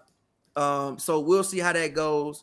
Right now they are 3rd in offense, which is great, but they're 26th in defense, and they are almost last in pace. So I mean, pace thing is cool for the playoffs, because in the playoffs, obviously most of the game, not all the time, but sometimes it does have more in like the half court. So that doesn't scare me too much. Like the Nuggets were terrible in pace, but they made the conference finals last year. It doesn't scare me too much. But 26 in defense, that ain't gonna get it done, man. Yeah, I agree. Personally, I'm looking at the Clippers, and I've seen them in 2 lackluster games this year, personally, in person. So, and honestly, the majority of their games this year have been away, actually, and not at home. And I've just seen them play 2 lackluster games in person this year. The new offensive system that they speak about is cool. I mean, they just give PG, I guess, more like ISO post-ups. And they give him a lot more, mid-range post-ups, which is cool. Nah, they give more pick and rolls, too. Yeah, but a lot of it is really just like I see him just posting guys up a lot more. He wasn't posting guys up that much last year. He was coming off screens and shooting, which I agree with him is not his forte. But the one thing that I've been saying about PG is get your big ass on the block or take your big ass to the rim. And his big ass has been going to the rim. He's been driving the ball. He's been scoring efficiently, effectively. That's the reason why he's been playing arguably better than Kawhi this year, probably better than Kawhi this year. Excuse me. That's a burp. Sorry. I just look at the, this team as a whole, and nothing about them specifically impresses me. I'm not overly overjoyed about this team or about anything involving this team this year. I have to see it in order for me to believe it. A hot start won't impress me. Beating the Lakers 4 times in a row this year wouldn't impress me. Obliterated Steph Curry 4 times in a row, if they would have did that this year, wouldn't impress. Nothing they can do this year will impress me until they get to the playoffs and they make it to the finals. Other than that, I'm not impressed. I don't care about what they do. I don't care about these little rinky-dink runs. I don't care about them losing. I don't care about them having fun with each other this year. Win. And when you win, that's all I'll talk about. Because last year, they did a whole lot of talking. A lot of talking. And they were selling wolf tickets. I don't care about it no more. They haven't been talking this season. They've been much more humble. Pat ain't said shit. Yeah, because Jesus Christ has humbled them. Thank you, Jesus Christ. They humbled them. That's why. That's why they've been humbled. Jesus Christ humbled them, all right? He came down and he humbled them, all right? Jamal Murray, Nikola Jokic. They thank Jesus Christ. Sorry, God. I ain't mean to be blasphemous. Knock on wood. But come on, man. Come on, G. They saw fat white Jesus. That's what happened. They saw fat white Jesus, and Slovenian God. They saw the Slovenian Jesus Christ, and he sent them to hell with ease, Oh my God! and got that man docked up out the paint. But, so it's just like I enjoy going to the games and I like watching them because I'm learning the team. So I'm not gonna act as if like I don't enjoy watching them. I watch every game when I'm not busy or with my my child. And they play very good basketball this year. But I see a lot of the same issues that I saw from them last year, this year, but with a slightly reject offense, but with the same point guard. I've been around, or at least been privileged over the past month or so to like actually hear some actual NBA hoopers talk, because usually it's just me and you and the homies. We talked to one NBA hooper before then. But I've been around a lot of NBA hoopers, high school hoopers, and California hoopers for the past month. And I have not heard one of them say anything nice about Patrick Beverley and his ability to be able to lead this team to a championship. And I love Pat Bev. Pat Bev from the crib. So I got nothing but loyalty and respect for Pat Bev. But the hoopers are saying Pat Bev ain't the answer. And I look at a lot of the droughts that they have, and if they had a Dennis Schroeder, sorry, I almost bit my tongue. If they had a Dennis Schroeder, I don't think they would be having these issues. So I just think it's about styles, and stylistically, I think Jerry West and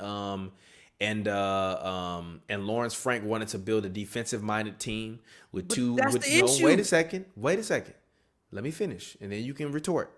They wanted to build a defensive-minded team with two wings that could be able to defend and score at virtually any position, with other wings surrounding them that could be able to hopefully defend and score at any position, and be able to have point guards and offensive players that are interchangeable to be able to run an offense that will win you a championship if you play championship-level defense. I don't see championship-level defense. I sat there in the Staples Center with 100 people in the building, and I watched the Clippers get blown out by 50 at halftime. I'm not like I saw that literally. First home game of the season. LA Clippers. Not going to show you the whole credential, but it's in my hand. And let's see. Who does it say? It say Dallas. Dallas. I saw them take one of the worst losses in the history to Dallas in person. It was embarrassing. It was honestly the worst quarter of basketball. The first quarter of that game was the worst quarter of basketball I've ever seen. Luka good. He ain't that damn good. So, I'll believe it when I see it. And that's all I'll say about the Clippers. Go ahead. You can retort. I just don't think that's like, I get sure, maybe, yeah, you would have a better offense, but that's not the issue. You third in offensive rating. You was like fourth last year. They got hella people that can score. Luke Kennard can even give you 15, 16. Luke can give you hella points. PG can give you points. Kawhi can give you points. So they got people who can score. Their main issue is backcourt defense. And it's been that since last year. Who do they always get cooked by historically? Guards. What did Zach LaVine walk in there and do? Give him 45. What did Donovan Mitchell do? Cook him. Mike Conley, cook him. Jamal Murray, cook him. De'Aaron Fox, cook him. Do I have to keep naming people who done walked in there and cooked them men consistently? Devin Booker, cooked them. The main issue they be having is backcourt defense. Luckily, shout out Ty Lue. He said he wanted to give it 10 games, analyze what was and wasn't working, look at the numbers. Seemed like he did that. Like he said, he sat down. He's, wanted to always put 4 defenders on the court. We'll see how that goes. Also, with that, Pat Bev, you got to be disciplined because you be over fouling at times, and you're gonna make it where he can't do that. So if they can, they have to play the level of defense that they supposed to play, and that is just the main issue to me with this basketball team. They are 26 deep. How you got PG and Kawhi on the court, and you PG, Kawhi, and Serge, and you 26. PG, Kawhi, Serge, and Pat Bev, and you 26 in defense. How that happen? How that happen? Yeah, if you get a Chris Paul or Rondo, but Chris Paul, one of the best defensive PGs of all time. Hell yeah, he'd help. Rondo, he there too. Hell yeah, he'd help. Which is why I want them to sign Rondo in the offseason, but that's a whole other thing. But yeah, you got people who could score. But I don't understand how you have PG, Kawhi, Pat Bev, Serge, Batum, and you 26 in defense. That don't make sense to me. Because there's no identity. They don't have an identity on offense. That's why I was trying to get called. No, but wait a minute. But how can you expect to get consistency on defense when you can't get consistency on offense? Because if you get consistency on defense, you're gonna get consistency on offense. No, not when you're a defensive team, which is what they seem to be hanging their But hats on. They not hanging it. How you hang your hats on defense and you're 26 in it? How that work? Because that's the identity that they claim that they have. That's the issue. I don't think they had it. I think they are offensive team, but they have no great offensive players. They have good ones. Ain't no Hardens on there. Ain't no Stephs on there. Ain't no LeBrons on there. Ain't no Michael Jordans on there. That's interesting. They got good ones. PG good. Kawhi just got 10,000 points. He ain't no great offensive player. He just got 10,000. Yeah, he did. He been in the league like 10 years. How that work? He good though. You funny. You funny as hell. Am I lying? No, you're not lying. You still funny. Man got 2 Defensive Player of the Year awards, 3 championships, just got 10,000 points. This seemed to me, the man just scored 20 in a quarter for the first time yesterday. He ain't no great offense. His career high 44. Clay better than him on offense. Debatable. I'm not gonna even mad. Stop lying to me. Stop lying. Stop lying. Stop lying. The reason why you're lying is what? Here goes the reason why I said debatable. The reason why you're lying is what? Here goes the reason why I said debatable. Because I do think Kawhi is a better passer than what Clay is. And I do think he's a better isolation scorer. But as far as shooting the ball, it ain't even in the same, no way near category at all. Period. Clay's a better scorer. I told you, if you ask me who can get to 60 faster, Clay or Michael Jordan, give me Clay. On 11 dribbles. Easy. Easy money. He not going to take 11 dribbles on any team. Easy money. Actually, let's engage in some hot takes. Come on. I got time. I ain't got nothing to do. The baby ain't crying. No, let's talk. I mean, come on. We ain't talk some hot takes. Come on. What you want to talk about? Let's talk about some arguments we've been having with the homies that don't make sense. Let's talk about something. I don't know. Let's talk about something that ain't on the docket. That's gonna be fun. Actually, what NBA No. CJ Nobody might finally be an all-star. He might finally be an all-star. What if he's an all-star and Dame isn't? It's not gonna happen because it's not gonna happen. Fan voting, but if I'm Dame, look, I'm smacking everybody. G. Chris Paul ain't in his prime. They got that man on 2K, G. They got Chris that man on 2K. Chris Paul ain't in his prime no more. I better make that fucking all-star game. Y'all better stop even averaging right now. I don't give a fuck what he averages. If I'm Dame Lillard, I better make that shit. You better get your little shoe having ass out of here. Fuck out of here. Hell no. Hell no. Go ahead. What is he averaging? Paul's averaging 13 and 8. 13 and 8? That ain't bad. He's shooting 29% from 3, ew. And 42% from the field, ew. Yeah. So far, at least. Yeah, 29 and 8. Well, no, not 29. 13 and 8. Yeah, whatever. But whatever. In terms of who you think has been the worst player in the NBA this year? Of the guys you expected to be good.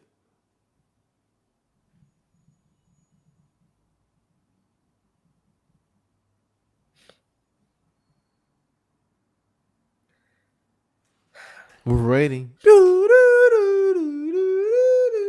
Russ, man. G. Russ, man. Russ?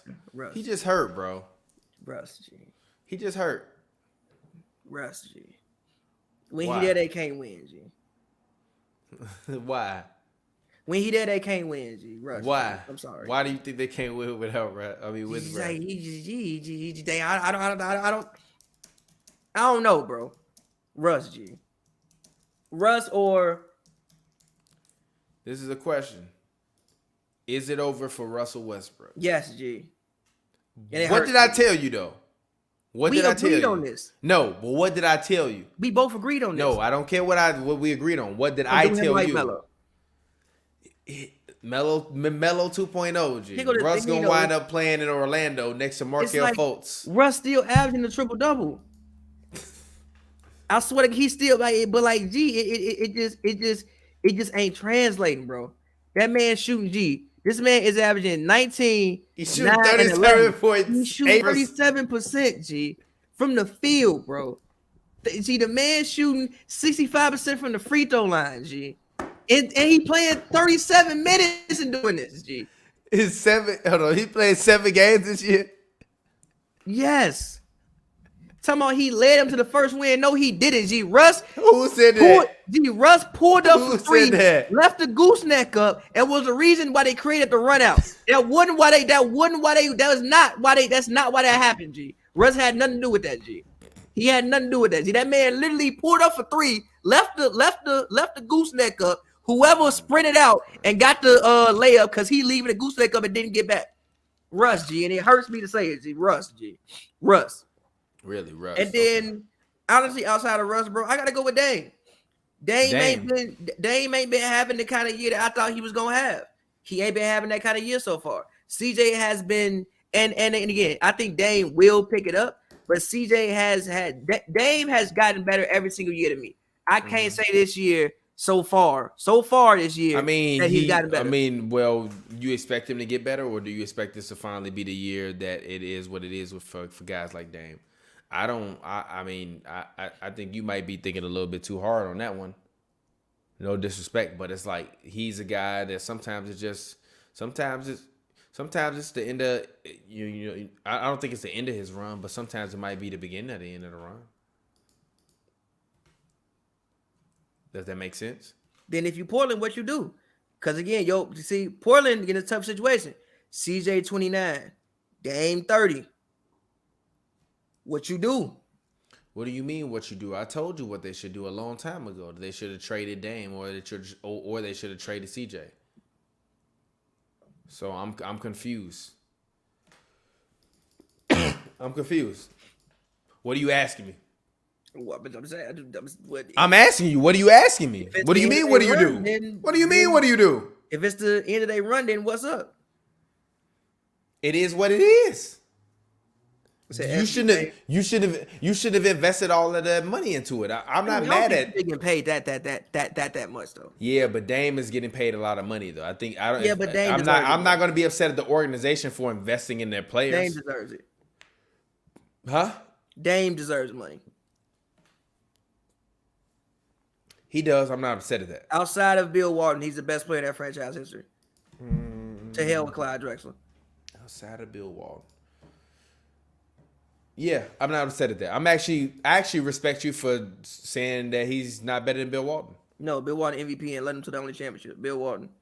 I know. Did you just see what I said? I respect that you said. I actually respect that you said that, because a lot of people love to disrespect Bill Walton because his career was not as long as you needed it to be. But anyways, let's go ahead and my question to you is, out of all of the guys right now, who do you think is the guy that you think will actually wind up being the best surprise player of the season so far? Jeremy Grant. He's averaging 25.1 this year. 25.1 points. Do you remember when people say they didn't get the vision? That was the vision. For him to be alongside Blake, to take all the alongside him. No. Blake alongside him. That's not the point. To us, it's that way, but that's because we watch basketball. To people playing basketball, they think about Blake and what he did before, which leaves Jeremy Grant open to do whatever he want to do. I think the biggest thing that they're missing, to be quite honest, is a shooting guard, which honestly I really wish they would have had the chance to draft LaMelo, because LaMelo would have been insane in Detroit. D Rose ain't really been getting it done this year. Yeah, but D Rose ain't been getting it done because D Rose is a great role player now. He's not a starter anymore. He can't affect the game in those ways that you want him to. He's also getting older. D Rose is a guy that I would love to just see be on the Lakers so he can win a championship, so nobody can say that he's the MVP that didn't win a championship anymore. Or the Clippers.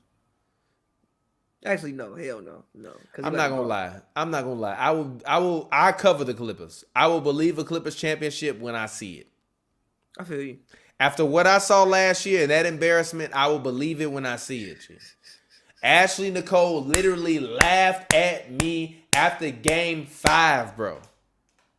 5 laughed at me, tweeted at me. I can't believe he said that. Ha ha ha ha ha ha. Actually, after game 4, when they went up, ha ha ha, and then they wound up losing. I'm like, gee, what? No, like, no, gee, bro. what? I'm like, gee, what? I'm not going with that. No Jeremy more. Grant. I mean, not I think rocking with y'all at Jeremy all. Grant right now is playing at an all-star level. This man Russ really averaging a triple-double and awful. This man PER is a 12.9, dog. Are you serious, G? I swear to God, G. That man PER said 12.9. His effective field goal percentage is 41.5%. How your effective field goal percentage is 41%? G? What's his true shooting? His true shooting percentage is, let's see. Russ's true shooting percentage is 44.9%.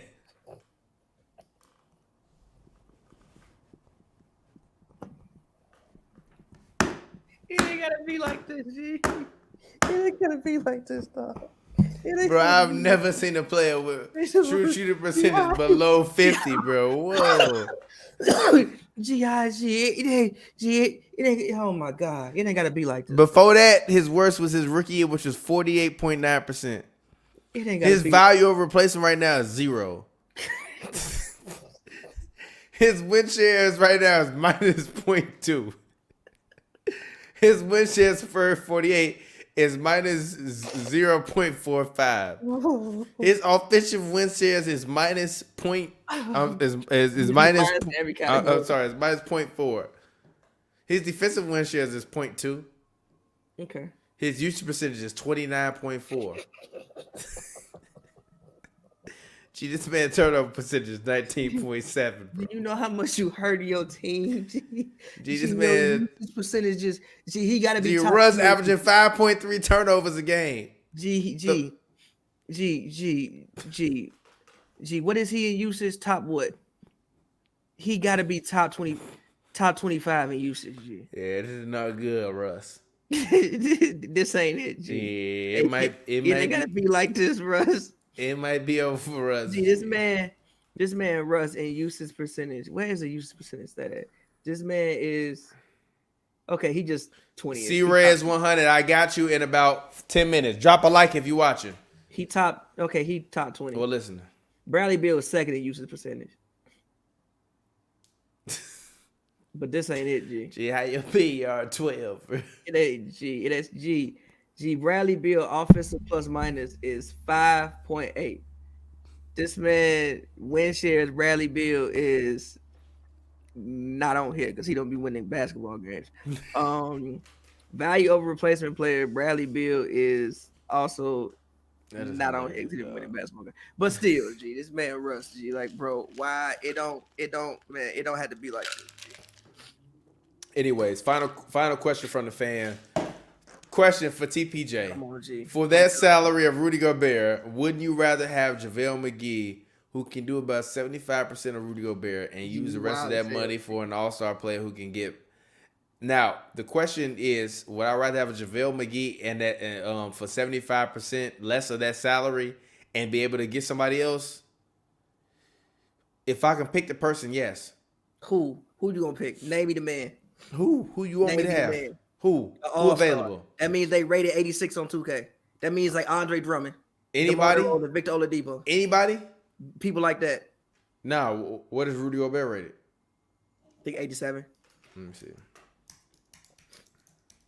Pretty sure 87. 2K rating. Rudy Gobert NBA 2K rating is a 79. No, it's not. Let's see. It's an 87.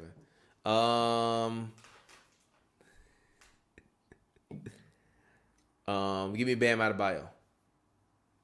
Give me Bam Adebayo and JaVale McGee. Bam is on a max. Huh? Bam is on a max. So? Huh? Bam Adebayo 2K rating is an 88. It's the same thing. He on a max. It's so what? So is Rudy. Bam Adebayo, sure.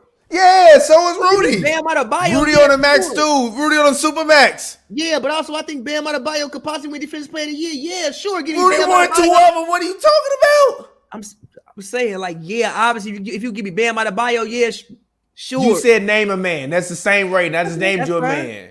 Shut your ass up. Give me Bam Bam Adebayo. Adebayo, that's that fine. man Rudy Gobert is the most overrated player in league history. Stop. I'll take Bam Adebayo though. I'll take Bam. That's fine. Exactly. Give me Tom McCullough over Rudy Gobert. Can you show Kobe more love for 08? He only won All-Star and beat Spurs Nuggets. He did not beat them by himself. Bye. Stop.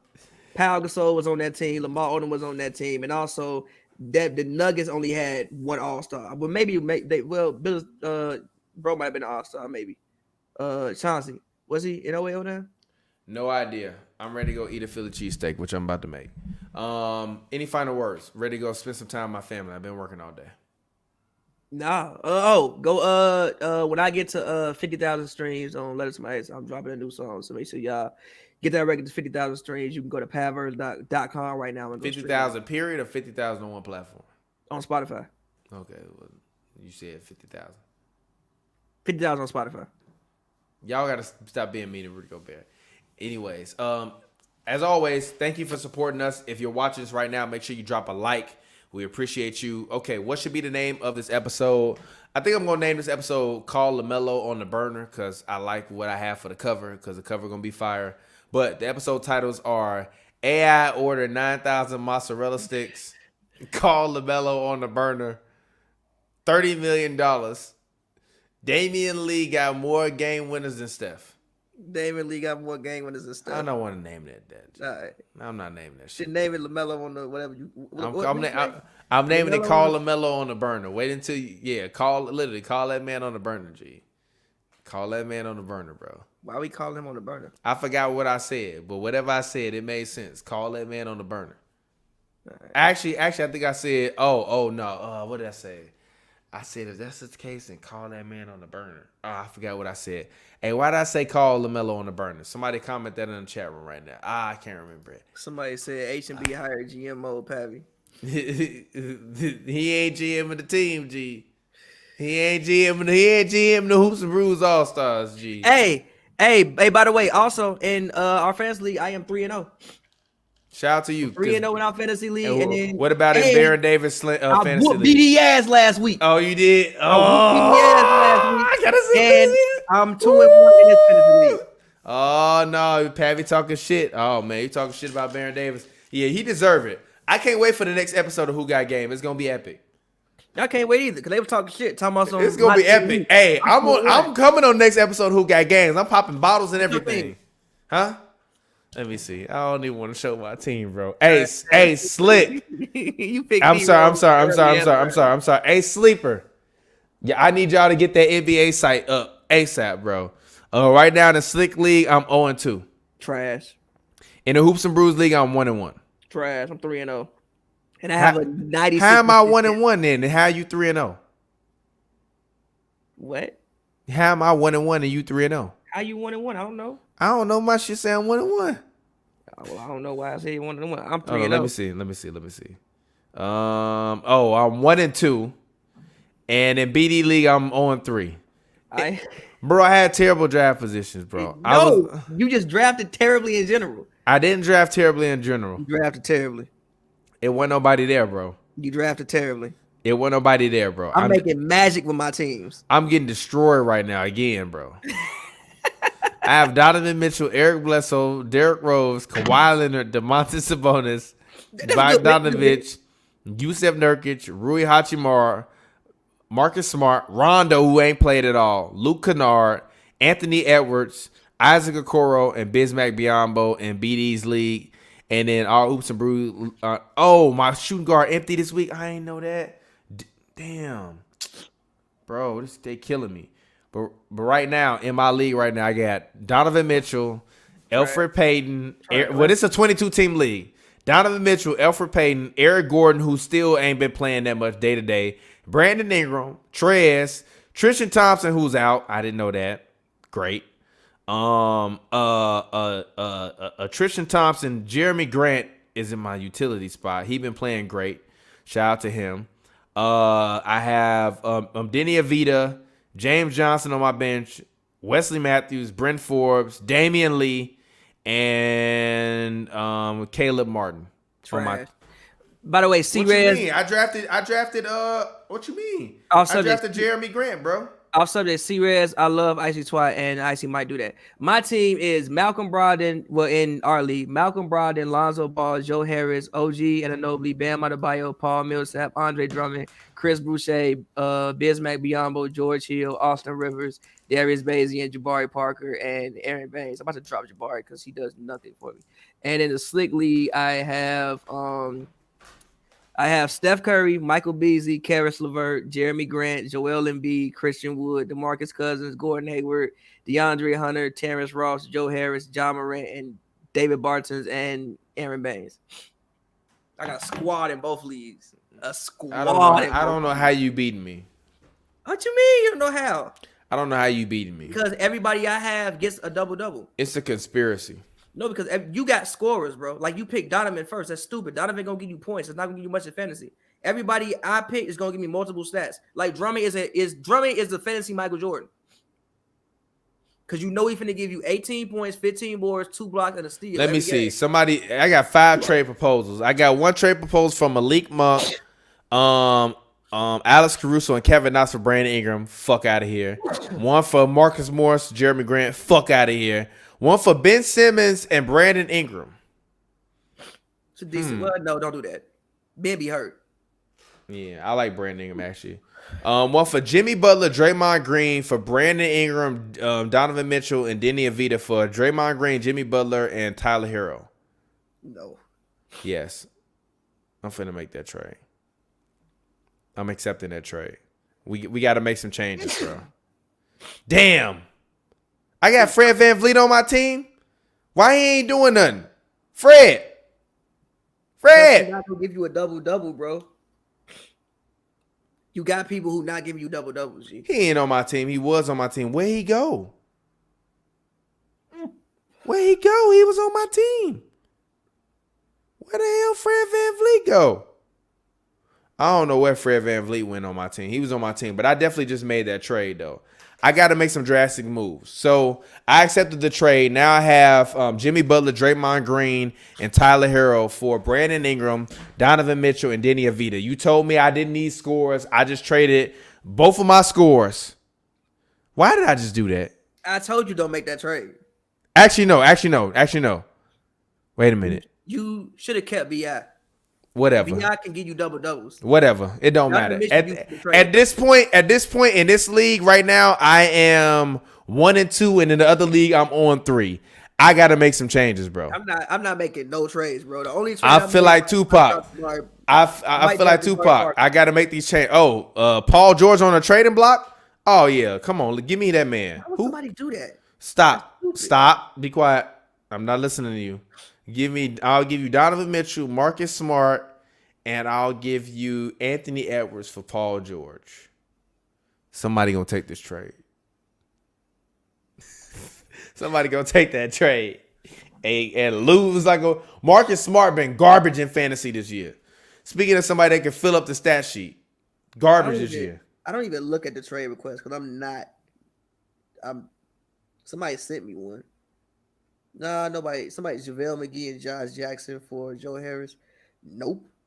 You said nope. Not doing it. I'm not making no trades in any of my leagues. I'm straight.